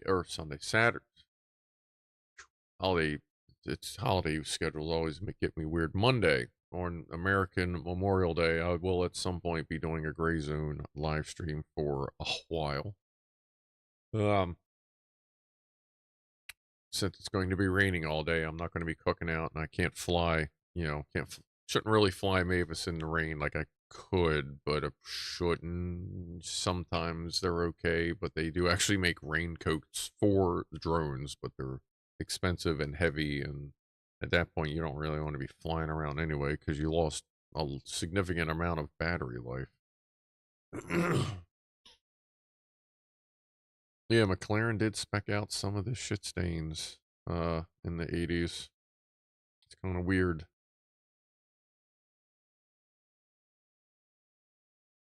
She's doing great, in and out of pain between doses. Yeah, that always sucks. Cooking in the rain. Bullet tits. Bullet tits. No, I don't think we're talking about I don't think we're talking about Madonna's 80s and 90s boobies. Because those are more missile titties, the way she wore those super pointy fucking things. We just called them missile titties. Pardon the slang. But if you were there, you understand. Is Orihime getting ready to shed her old skin? Let me see.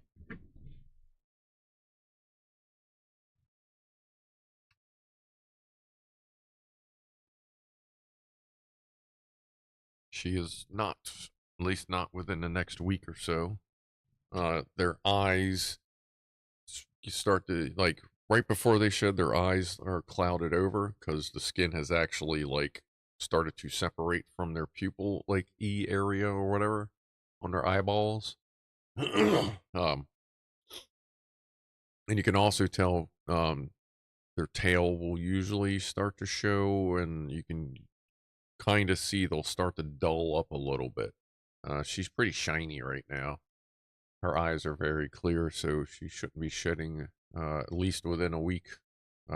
Usually, when you start to see like symptoms, couple weeks, get a little bit of a notice, and then if it's a little drier than usual, you just kind of walk by with a water mister and just a quick spray, just to add some humidity in there for her. That helps the skin kind of get off of there a little better. Yeah, garbled user. They look like cataracts, yeah, over the eyes. Usually blue or white or gray. Kind of depends on the snake. Yeah, the nose can get a little flaky. 9/11 was an inside job. Yes, I absolutely believe 9/11 was an inside job, Rasher. Not that I'm going to go off on conspiracies and stuff, but yeah, I do believe that was a horrible distraction planned by somebody. I don't know who, but it wasn't who they said it was. But anyway. All right. Let's do a toast. Once again, our closing toast. We'll do a big wrap up toast. How's that? And then we're gonna go eat some chicken salad and then go shoot people with guns. Eventually. Anyway. Big wrap up toast to C2S and Maurice Walker for winning tonight's Chatters giveaways. A toast to Piano Man Rob and Claire. I hope she gets better. And Rob, being a gentleman that he is, for helping his friend out. Cheers to you. And cheers to subscribers, both new and old, members, goofballs, and even if you're just chilling watching, I appreciate it too. So thank you, everyone. Cheers to all.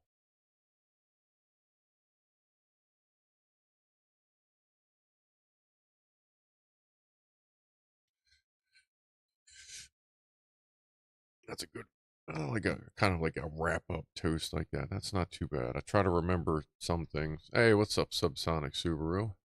Yeah, you'll see Subsonic Subaru in a video eventually. He showed up at on site while I was filming. Like, yep, there he goes. All right. Hey, good timing there. I'm just getting ready to sign off. Thanks, bub. See, you seems like you're there at McCormick's almost as much as I am at this point. NPC status. Yeah, pretty much. Christ. So I feel like I'm going to McCormick's that time. I just walk in like just.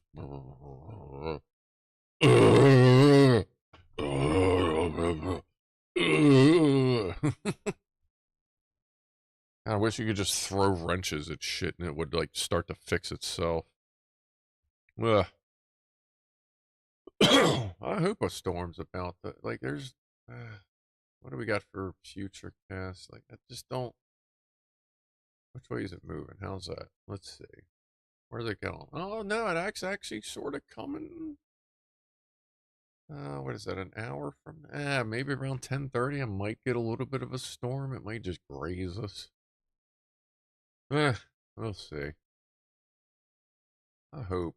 Man, I really miss a good thunderstorm. What's your thoughts on an electric nail as fan plant? I need to get one. I just haven't gotten around to getting one, but I would like to get a nice nail, electric ridiculous piece to probably keep like right there on the shelf to bring out occasionally to use. I just haven't really started looking too much at an electric one.